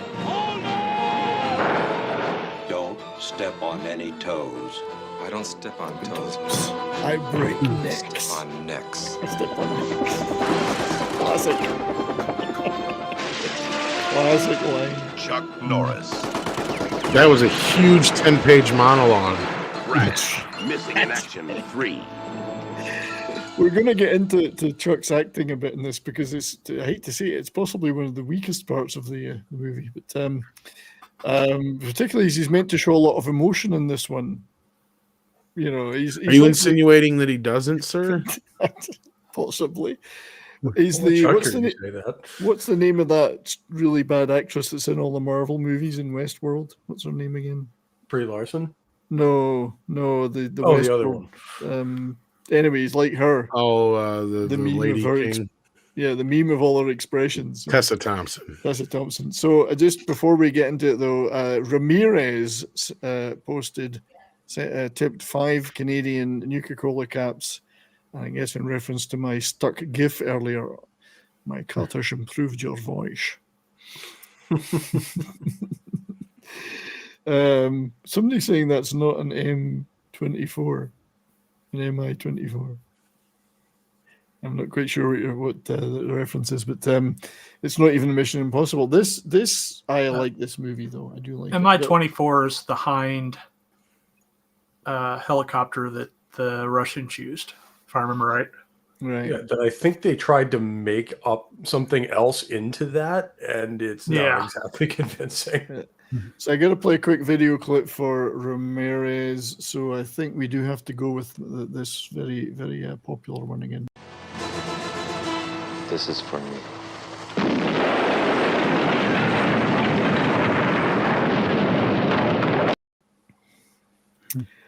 Nice. Thank you, Ramirez. I'm sure that's not your real name, but it's probably Toxic Man Flu. But I do appreciate it, and I do appreciate everybody sticking with us. And we got a great crowd on YouTube. I know people are watching on Rumble, and thank you for being there. And we did make pretty high up on the Rumble front page, so we're extremely pleased about that. So let's get into Missing in Action 3 in terms of some stills.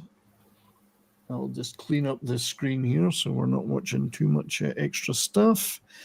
And we have a little compilation of some stills show on stream. So starting, I actually like the opening scene. So sorry, remind me, Austin, where was this one filmed?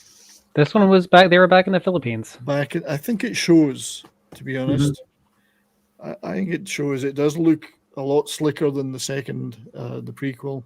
It looks good. I actually like this movie. It's tight. It's exciting. It does have some of the same elements as the first one. And I like these Saigon scenes. Now, I don't know how much of this is, actual crowd scene extras below, or whether they took some footage from real stuff. I don't know. It doesn't look real. It looks like it's all filmed, but they do pretty much give the chaos of the fall of Saigon pretty well, I think. Pope, you were there. Yeah, I mean, it seems like this is done with extras and a bunch of that stuff, but it's pretty accurate to what footage I've seen of the fall of Saigon. Yeah, the chaos is done pretty well. I'm pretty impressed with them. This bracelet plays a key part in one of Chuck's most emotional scenes coming up. Because his wife on the right here, his Vietnamese wife, is that bracelet is taken by her friend who wears it. That could be important later. But yeah, in all this chaos, I would have thought that they would have had a better way of getting the wives to the embassy, but I guess things were pretty bad. She's out in the street trying to get to the embassy, and the shit hits the fan. Crowd scenes, documents get dropped, her bag gets stolen. This stuff I thought was filmed really well. So kudos to Aaron Norris. And Chuck's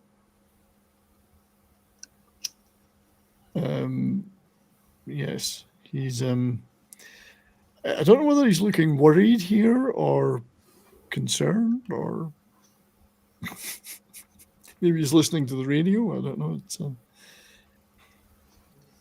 now I'm going to just stop that right there, because there's a very important Chuck Norris scene that we didn't capture in these stills, and I think it shows the power of Chuck.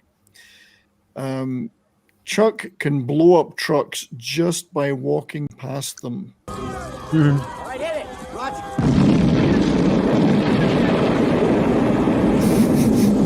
Well, they tried looking at him. That's right. The trucks looked at him, and they just blew up as he walks past. That man is so powerful. They felt his disappointment and immediately detonated. Chuck Norris and Charles Bronson tried to make a movie together, but everybody kept dying. That's right. Before the movie could get finished. Well, I mean, his wife in this one does suffer from a case of the Bronsons, where basically as soon as you see her, you know she's gone.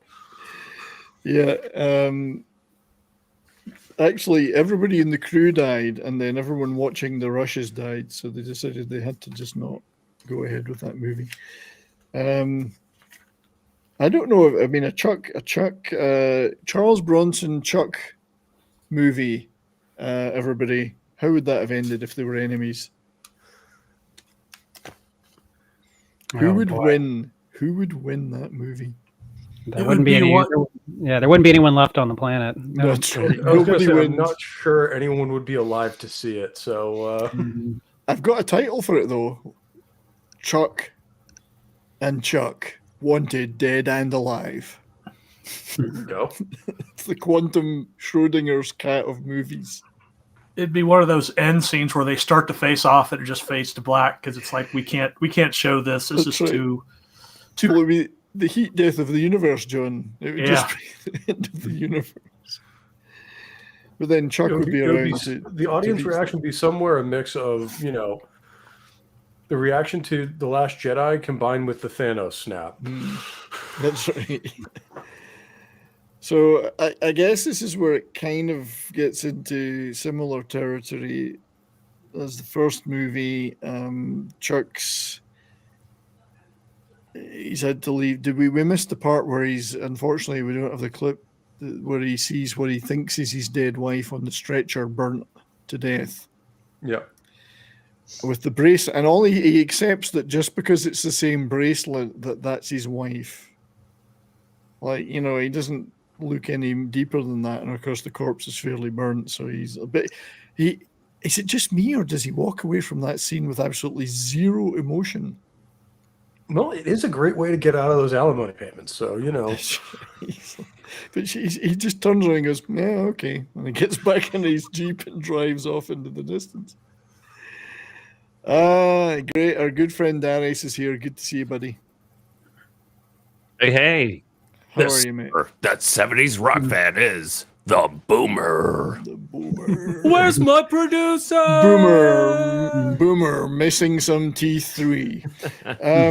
Do you feel that Chuck's acting skills are of Oscar quality, Darius? Oh, well, certainly in Walker, Texas Ranger. I mean, absolutely. Yeah. But that's not the award for television. That's right. That's true.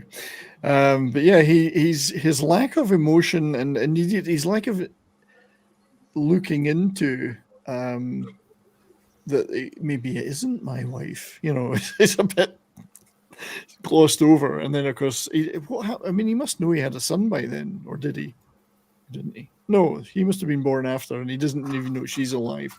So anyway, he goes back in the US. People keep telling him that his wife's dead. The CIA Well, you're overlooking the fact that you don't have to have sex to have a kid with Chuck Norris. He just has to look at you the right way, and you're impregnated. Well, what they don't go into in the movie is at least half of those Amerasian kids in that orphanage are in fact his. Half of them? You mean all of them? Well, true, yeah. And in fact, he impregnated those women without even being in the same country. That's what I'm saying. So it's like you're acting like, couldn't he possibly overlook? No, like he just He just took a bath upstream and impregnated the whole village. There's some good comments in the chat about this. Some things that are beyond infinity. Well, I mean, they did have to repopulate the country after the first 2 movies, so Yeah. That's true. That's true. I think Vertical Horizons has the ultimate title for the Chuck versus Chuck movie, Chuck Off. Yes. Well, not only that, when Chuck comes back for part 4, he needs to be able to fight an army that's worthwhile. So, of course, it's got to be a bunch of his children. A new generation of Vietnamese to steal prisoners back from. Yeah. Yeah, I do appreciate everybody's chats here. I'm sorry I haven't been able to get to as many of them as I like because my producer's only just arrived. I do have to apologize because I actually do have to check out. All right, mate. It's a little late for me. I'm sorry about that, but I appreciate the invitation, and I always love getting to talk about canon films. I wish I'd watched these in prep, but yeah, what's the next one? Well, this is what we have to decide. We're almost at. I have a few ideas, but we'll talk about them behind the scenes. I actually have a bit of a feeling I might want to do Hercules. I don't mean in the biblical sense, but that's just me. There are many others we could do. So. Maybe All even, right. I want you to keep He-Man for a little later down the road. Right. That's such a great movie. So. Well, we could always do Over the Top. Oh, we could do Over the Top. Yeah. Meet me halfway here, Brian. Okay, we'll do Over the Top. So yeah, let's definitively say right now it's going to be Over the Top, not under the bottom, Over the Top. Since we've done a lot of slide jokes. Yeah. You know. So Tom, are you heading off to another show right now? No, actually, I think I'm trying to figure out if we're going to have a Toxic Femme tonight. I'm not sure yet, but I got a dog to deal with and all that kind of business. So, all right. Well, buddy, we appreciate you being here. Thanks again for all your help with my channel and getting to where we're getting. No problem. Appreciate it, brother. Have a good evening, Tom. Thank you guys for the time. Yes. Yeah, of course. Take care. Tom. Take care, man. Have a good one. Bye. So, yeah, I mean, we'll cover a few Chuck Norris jokes before we reach the end, but I actually really, as I say, I really enjoyed this movie. I absolutely adore the vehicle, the what would you call it? Motorboat that he's got. This boat. What do you call it, Austin? What would you call that? Oh gosh, Pope. Rocket You know, a Pope-mobile. James Bond would be green with envy at that boat. Yeah. Well, I mean, they do have a boat like that in, what is it, Die Another Day? Way later? They do. But it's what you described in your book, Austin, as it's got fantasy firearms on it. Besides the jet ski, the most notable piece of his arsenal is an assault rifle with seemingly unlimited bullets and which comes with an attached RPG and spring-loaded bayonet. That gun is the Heckler Koch G3A4, with a custom grenade launcher 6-shot that was used by Poncho in Predators. It's the same thing. Oh wow, that's good trivia, right? Yeah, there. I think that grenade launcher / shotgun thing, whatever it's being used as at that particular scene, is just a completely custom made thing. Yeah, it's they call it the A5 Pyrotechnics launcher. Yeah. Now, I don't have this clip, but according to Austin, at one point, Braddock runs an enemy soldier through with the blade, then launches him through the wall with a rocket, which is topped off by the bad guy's body straight up exploding. Yes. Moments later, Braddock uses the same weapon to shoot more soldiers, then blow up several watchtowers and an enemy APC without ever pausing to reload or wipe the sweat from his forehead. Well, I mean, reality cannot tell Chuck Norris that he's out of ammo or he'll destroy it. So, yeah. but that is exactly why I love the Canon film guides written by our guest, Austin. You gotta read that stuff. It's just the way Austin writes it. Thank you. Kudos to you, sir. Kudos Thank to you so much. Yeah, those books are magnificent. I can't wait for the third one. I know it'll be a lot of fun because there were some movies at the end that were never even got made or half made that might be quite funny. So now he's made it to Vietnam and met up with the Reverend. He wears, I noticed at one point he wears the coolie hat. And then later on, he just discards it because why bother trying to disguise yourself after a certain point? He's Chuck Norris. He loses that and the shirt right about the same point. Yeah. His son resents him because he left them there. He didn't know his wife was alive, of course. And this is where things start to go badly wrong, of course. Because everyone in North Vietnam is born and raised to fear Braddock and look for Braddock at all times. So everyone's out in the streets looking for Braddock. So naturally they find him. Saves his son from being kidnapped at that point, and then unfortunately runs into the bad guys. And he's had a lovely 20 minutes with his wife. Which, to be fair, in a canon film is longer than most wives last. Well, that's true. I mean, it's he's a lovely 20 minutes with his good lady wife, and then one of the generals turns up. I think this one's General Kwok.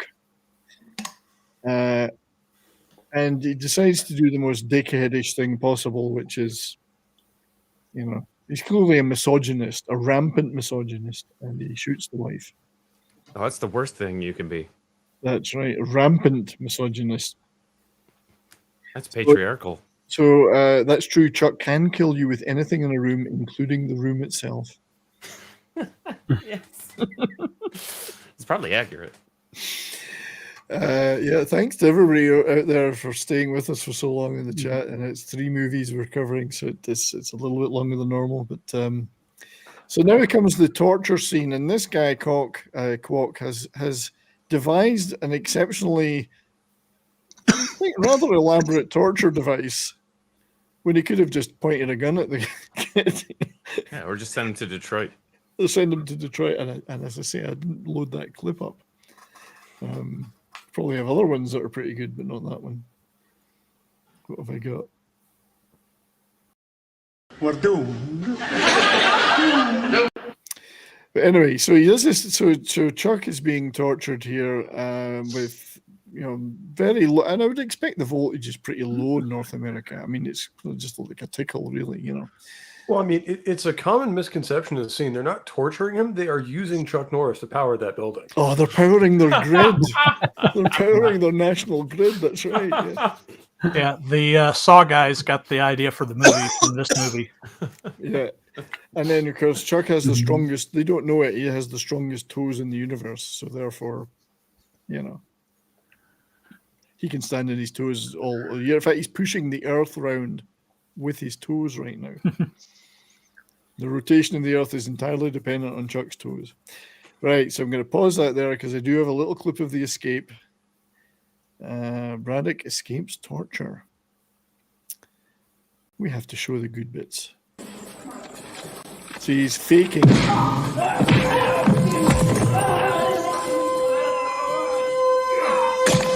Oh, a satisfying sound right now.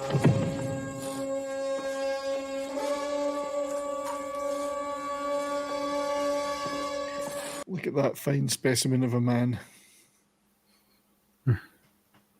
And So you get a really good look at that AK, which those are very rare in North America. Yeah, so that was an AK. Yep, that is a Chinese Type 56. Now, did the North Vietnamese, were they largely supported by the Chinese or the Soviets?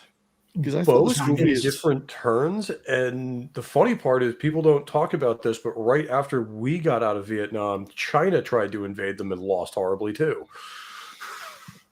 Yes, that's true, because I don't think the North Vietnamese and the Chinese were necessarily on that great of terms. No, it was more like us in Afghanistan in the 80s, where we don't like the other side necessarily, but it will make the Russians look stupid, so we're going to support it anyway. Proxy war. Proxy war, yeah. Yeah. It was really the Russians, the Soviets were behind the North Koreans, not the Chinese. The Chinese may be propping them up a bit now, but the Soviets were behind them. They were behind the Vietnamese. Soviets, once they expanded out to Asia, the Pacific coast in Asia, they really started meddling over the century or two with. And yet somehow the Chinese weren't a huge sponsor of North Vietnam, but somehow the North Vietnamese army ended up with a ton of Chinese weapons. Yeah. Well, what's an AK-47 between friends, right? Or enemies, or frenemies? How did those get there? Yeah. So this is when the action does kick up, though, and Mr. General Koch decides he's going to take all the kids, because why not? I mean, I actually was a bit surprised that they're tolerating this Christian Reverend Polanski in the first place. I guess as long as he kept his head below the parapet, they weren't bothered, and he was looking after a bunch of poor people, so what did it matter to them? But I was a little surprised they allowed him to operate. Christianity was probably forbidden in North Vietnam, I would imagine. I love that scene with the old lady, though, where she's just kind of staring at that whole situation and just goes, nope. That's right. Yeah. Just like, that's none of my business. And just walks back inside. Yeah, here's Chuck showing extreme emotion again. I mean, we missed the part where he meets his wife for the first time and not knowing she's alive, and he's like, "Hi," and then the son is, as Austin points out in his book, he's giving his son a pep talk, and it's like a public service announcement. It really is. Now, this is how we're going to do this. He's too cool to emote. It's right. He can't emote. I mean, He invented emotion, but he's too cool to use it. But they have we reached to where he jumps through the window yet? Hang on, I gotta play that clip. So one more little video clip, because I spent a lot of time clipping these. So we got to do this one. I can't even remember which part of the movie it's in, but we're going to show it. Oh no, that's yeah, this is it.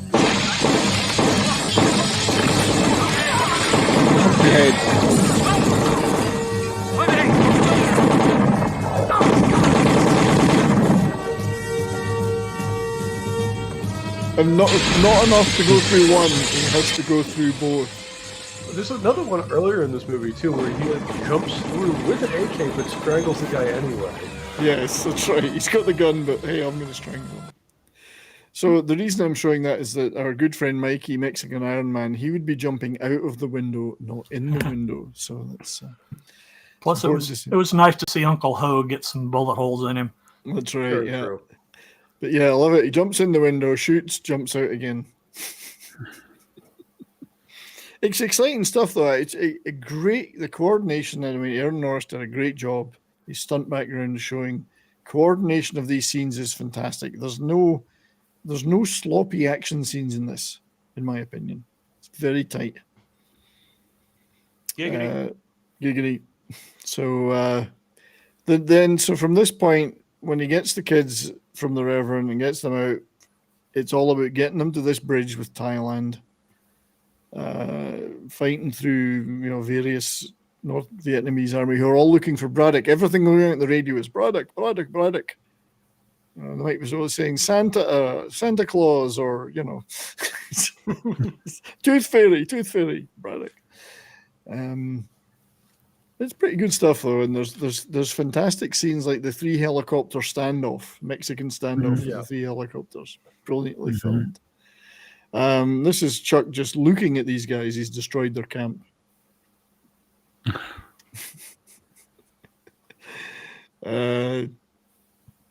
He is the man. There we go. And he's slightly injured. He doesn't even have to look to drive, though. I mean, he's.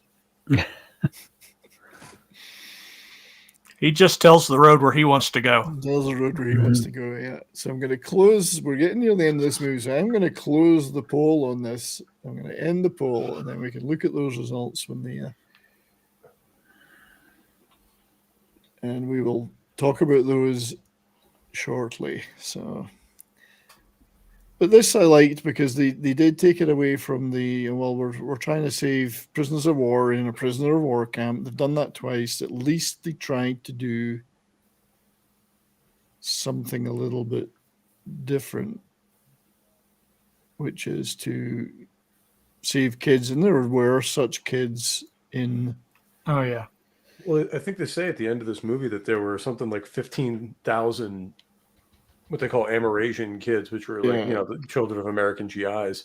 And they would be looked down on in Vietnam. Yeah, they would be very looked down on, I would imagine. So I imagine that 15,000 number was a lot higher right after the war. Yeah, and all it says to me is that American troops didn't have enough condoms. No. They don't have time for that. Chuck is so manly that he's lost his virginity before his father did. This is one of my favorites. There are no streets named after Chuck Norris because no one would ever cross Chuck Norris. One of my favorites is Chuck Norris doesn't get wet, water gets Chuck Norris. That's right. Yeah. These are great. Chuck Norris never needs to flush the toilet. He always scares the crap out of it. Chuck Norris has actually been dead since 1988, but death is too afraid to tell him. That's right, yeah. So this is when we get into he gets this plane and it gets the shit shot out of it. It loses the fuel, so he has to do an emergency landing. And they've really worked it all in here. We've got a plane crash. He's flying a plane. He's got a plane crash. They've got escaping from prison camp, escaping from torture. They've got helicopter standoffs. They've got guards getting incinerated. a boat chase, which is always fun. Boat chase with one of the coolest boats in the movies. What plane is that? I should know that. That is a DC-3. DC-3. Okay. C-47. Right. Which I actually just heard they just retired the last one of those in active service somewhere. Well, there's South America. Yeah, but there's still several flying that's been restored. Yeah. Both in the original C-47 military configurations and as DC-3 airline. But I think the one I was reading about, this one was actually still in commercial service somewhere in the world. Yeah, those are workhorses. They're like DC-10s, total workhorse. So all the Americans and Thais can't cross that bridge to help him. He is on his own. Doesn't seem to hurt because he takes them all out. He does get injured. And then meanwhile, General Koch is in a helicopter because he can't send his own people. He has to go himself. He's a general, but he's got time to fly around in helicopters looking for the boogeyman. And I don't think it's so much that the U.S. and Thai forces don't want to go over that bridge. It's they saw Chuck Norris get injured, and they're really afraid of what's going to happen on the other side of that port. There's going to be hell to pay. So what is that helicopter? What is that? It's not a Hind, that's for sure. I think it's some kind of commercial helicopter that they made up to look like a Hind, because I don't think at this point there were any in the West. Look at that bottom. It almost looks like one of those Seacopters. It could be. It's well made up, though. So Chuck is... and here's the Mexican standoff. I think it's 2 Americans, 1 North Vietnamese, and there's our shit-eating villain. Chuck has the ultimate bonding moment with his son. Let's shoot a helicopter down together. It'll be fun. He's teaching him his true powers of being able to knock a helicopter out of the sky with an AK-47. And indeed, we have to play that clip.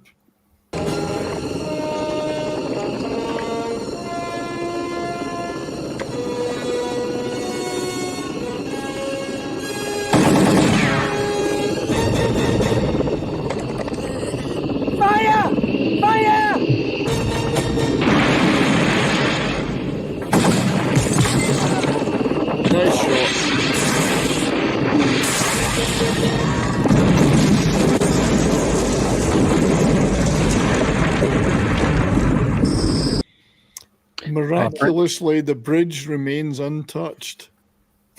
I can bring a tear to your eye, seeing like that. It could. Yeah. But yeah, the ultimate in bonding between father and son. My father, he would take me, pheasant shooting or fishing. Chuck takes his son helicopter shooting. But to appease the people who aren't big fans of sport hunting in the crowd, they did skin that helicopter and eat it after. They did eat it afterwards. That's true. Did they skin the general and eat him afterwards? Probably. You don't want to waste that. Yeah, and we have our heroic ending. So, talk about feel-good heroic ending. Just absolutely wonderful.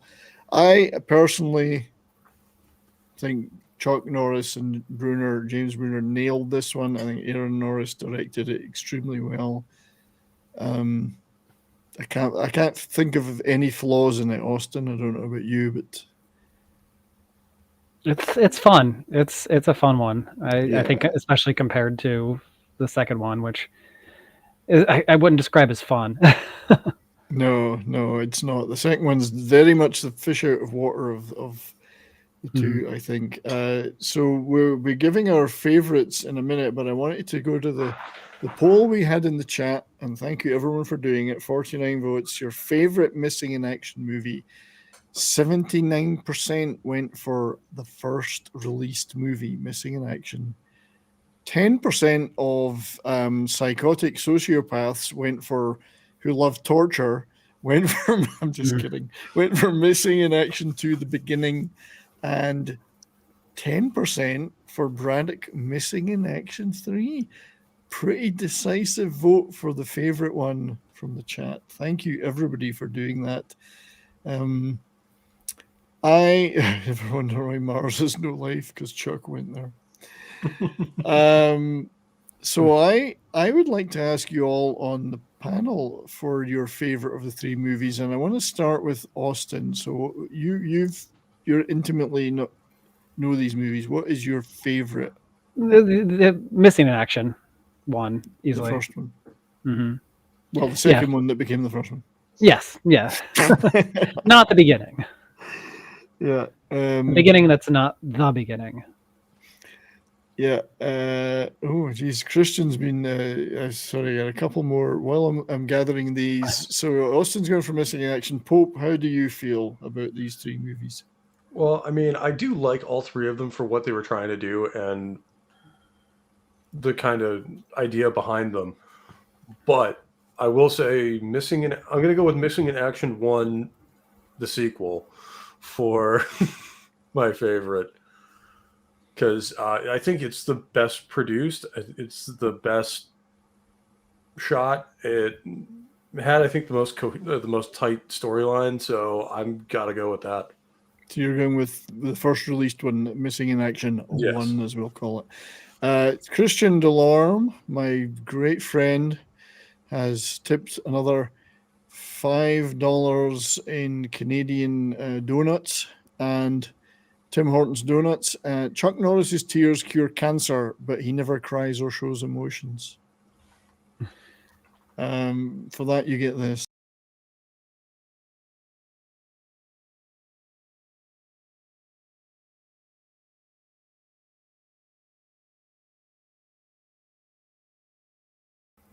That was him splitting the atom right there. But there is also another one from Christian, and we will, while I seek that out to copy it in. John, what's your feeling about the three movies? Well, the first one and third one are obviously the best ones. But I'm going to have to go with the original or the sequel or the original, whatever it is. Confusing, isn't it? So you're going for the first one released, Missing in Action 1. Yes, Missing in Action 1. We'll call it 1. Another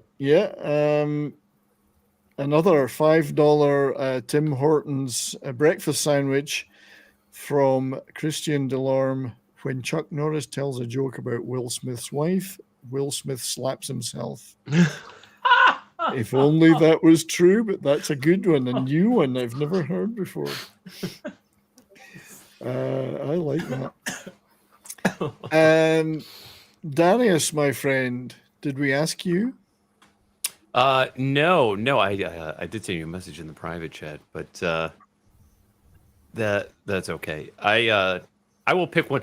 I haven't actually seen any of these yet, but I will still pick one, and I'll be the one to pick the second one because it's the redheaded stepchild of the trilogy, and without it, we wouldn't have the complete trilogy. So you're going for Missing in Action 2, the beginning. One. It's not worst. It's perhaps least enjoyable. Good. Yeah. Least good. And I do like your Chuck Norris went to the Virgin Islands. Now it's just the islands. And well, which ironically is near where Missing in Action 2 was filmed. That's right. Yes. Yes. Maybe that explains a lot. The sudden rash of pregnancies in the island caused production to be halted. Imperitus, how about you, buddy? Like everybody else, I'm going to go with the first one released. Missing in Action 1. Missing in Action 1, fair enough. So I think the general consensus, and I'm going to give my opinion, the general consensus has been, well, we've got 1, 2, 3 Missing in Action 1s, I think, or have we got 4? 4 Missing in Action 1s, 1 Missing in Action 2. I'm going to be the angry uncle at the dinner table, and I'm going to go for the third one. Miss Braddock, Missing in Action 3, I find to be the most emotionally satisfying.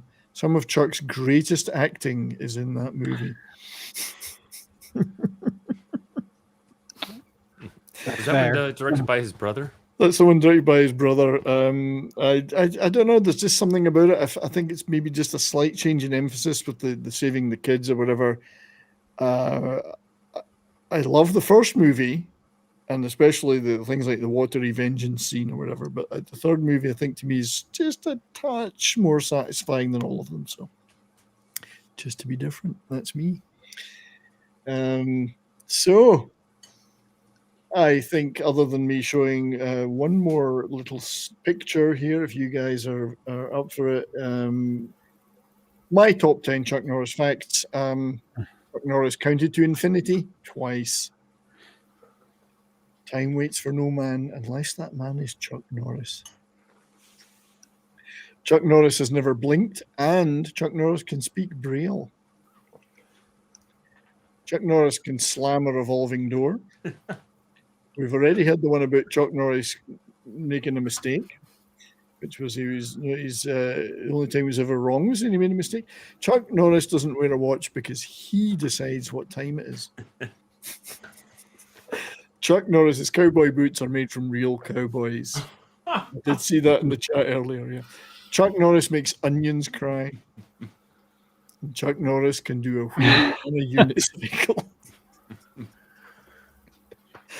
And I just, Austin, I wanted to get some last impressions for you. I think Invasion USA possibly is the best distillation of Chuck Norris in canon movies. Is that a fair statement?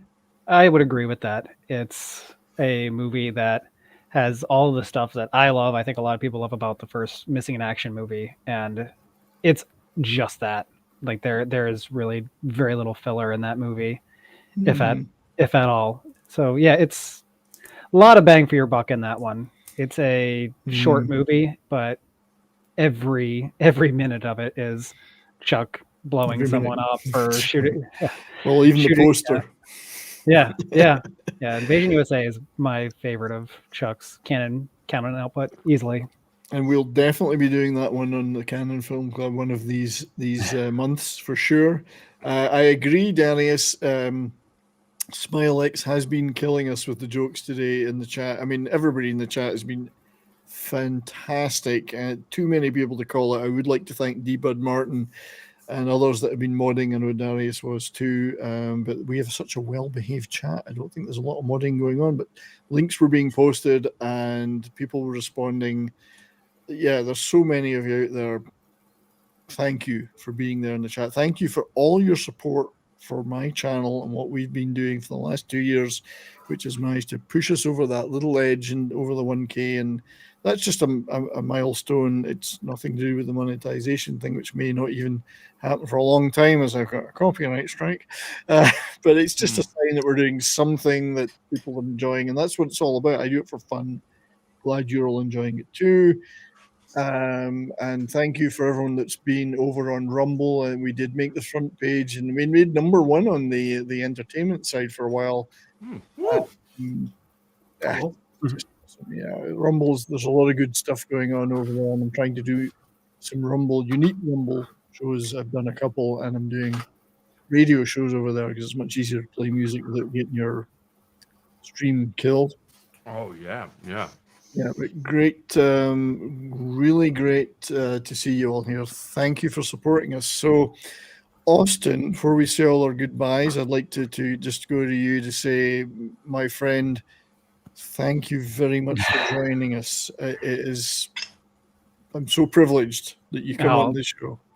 This has been my pleasure. Thanks for having me on. No problem. And I would just like to reiterate that if you do not have volumes 1 and 2 of the Canon Film Guide, then your life is an empty, meaningless shell. So please get these wonderful books and follow Austin on Twitter because you'll see lots of supplemental materials. It's just, for me being from that era, it's such great stuff to see, and all these little facts. So please, everybody, go get those books and subscribe on Twitter to Austin. I don't think you've got a YouTube channel, though, have you? No. Well, we'll have to do something about that. Yeah, I'm a little scared of YouTube. So We'll have I to leave it do to you. I leave it to something. the professionals here. Professionals where? Where? Don't use dirty words like that. You just call me a dirty name. Sorry. No, thanks, buddy. You know, as I say, absolutely love having you as a guest. Appreciate it very much. We couldn't do it without you, literally. Thank you. I have to run, but thank you so much. I had fun. Yeah, take care, buddy. We'll see you again soon, and have a great evening. Hey, great seeing all you guys again. Good to see you, buddy. Always good to see you, dude. And thanks for all the Chuck Norris jokes that have been going on the chat here. That's been a delight all evening. Thanks, Have a good one, guys. Bye. Have a good one. Bye-bye. Have to try and hide you on the stream. There you go. It's hard to get out of Melon sometimes. It's just it's like, thought I was out. They bring me back in again. So yeah, we're gonna wrap up soon. So Pope, my friend, what do you got coming up? Well, Thursday we are going to be doing part 3 of the history of rock and roll over on my channel, and that should be a really, really great time. And then every Sunday you can catch me for Rock and Roll Religion. I may be a fairly regular guest on Bourbon and Boarding as we go through the playoffs here, at least until my Bruins Hope are so. out of it, which go Bruins. But no, congrats on 1K, man. That's outstanding. And always glad to see somebody succeed in this racket because, you know, let's face it, YouTube doesn't like any of us at this point. But no, that's great. And I can't wait to be back and do it again. Yeah, thanks for being here, buddy, and I appreciate your insights into the weaponry and so on. And same goes for you, John. You've got a lot of knowledge in that front. What's happening with you, my friend? Well, as always, you can find me on Pop Culture Minefield 7 days a week, twice on Friday. You can find me here every Monday, and you can also find me on Wednesdays on JoesAtmosfere's channel. Cool. And this Thursday, I'll be going to the draft, and I'll be streaming live from the draft on JoesAtmosfere's channel during their draft show. Nice. So I'll be like their man on the ground there. Yeah, that'll be awesome, mate. Yeah, good fun. Good. Look forward to that. Yeah, and thanks for all your support, both here and on Pop Culture Minefield, mate. Really appreciate it. Darius, my friend, have you got anything going on? Oh, well, I just I'm recovering quite well from my repair operation. So The strapedectomy. Oh, they finally replaced your brain. Well, it hasn't well, succeeded. they threw that in for free. The brain rejected him. Okay. Yeah, no, I got the vibrating upgrade with the flashing lights and the the spiky Tijuana thing on the Supremo top. package, huh? Yeah, well, I'm glad you're feeling better, mate. Thank you for being here, and look forward to seeing you regularly on future shows and all the other things that you pop into out there. Giggity. And Imperitus, my deaf friend, the bleeding ears. Ah, well, you know, you get used to that affliction after a few decades. Yeah, how you doing? Good. I wouldn't say I got anything in particular coming up this week, but I am my random comic stream that I'll do, Comics with Curmudgeon, is actually going to be getting something a bit more of a regular schedule in the near future. Not weekly, but it'll probably be a monthly show, and then every couple months we'll be doing Comics and Cocktails, stealing a little bit of an idea from you with your bourbon and boarding there, 70s. I should have copyrighted it. Shit. Well, you know, like a good Viking, I come and take what I want. Indeed. Good. I'll look forward to that. And you're doing some gaming streams as well still? Yeah, I gotta figure out exactly what I'm gonna do with that. I have a few ideas in the works. Probably gonna be starting things up over on Kick, since that seems to be taking off for most people that have been using it. That, and they're a lot friendlier when it comes to monetization compared to Twitch. Okay, I'll have to look at that too.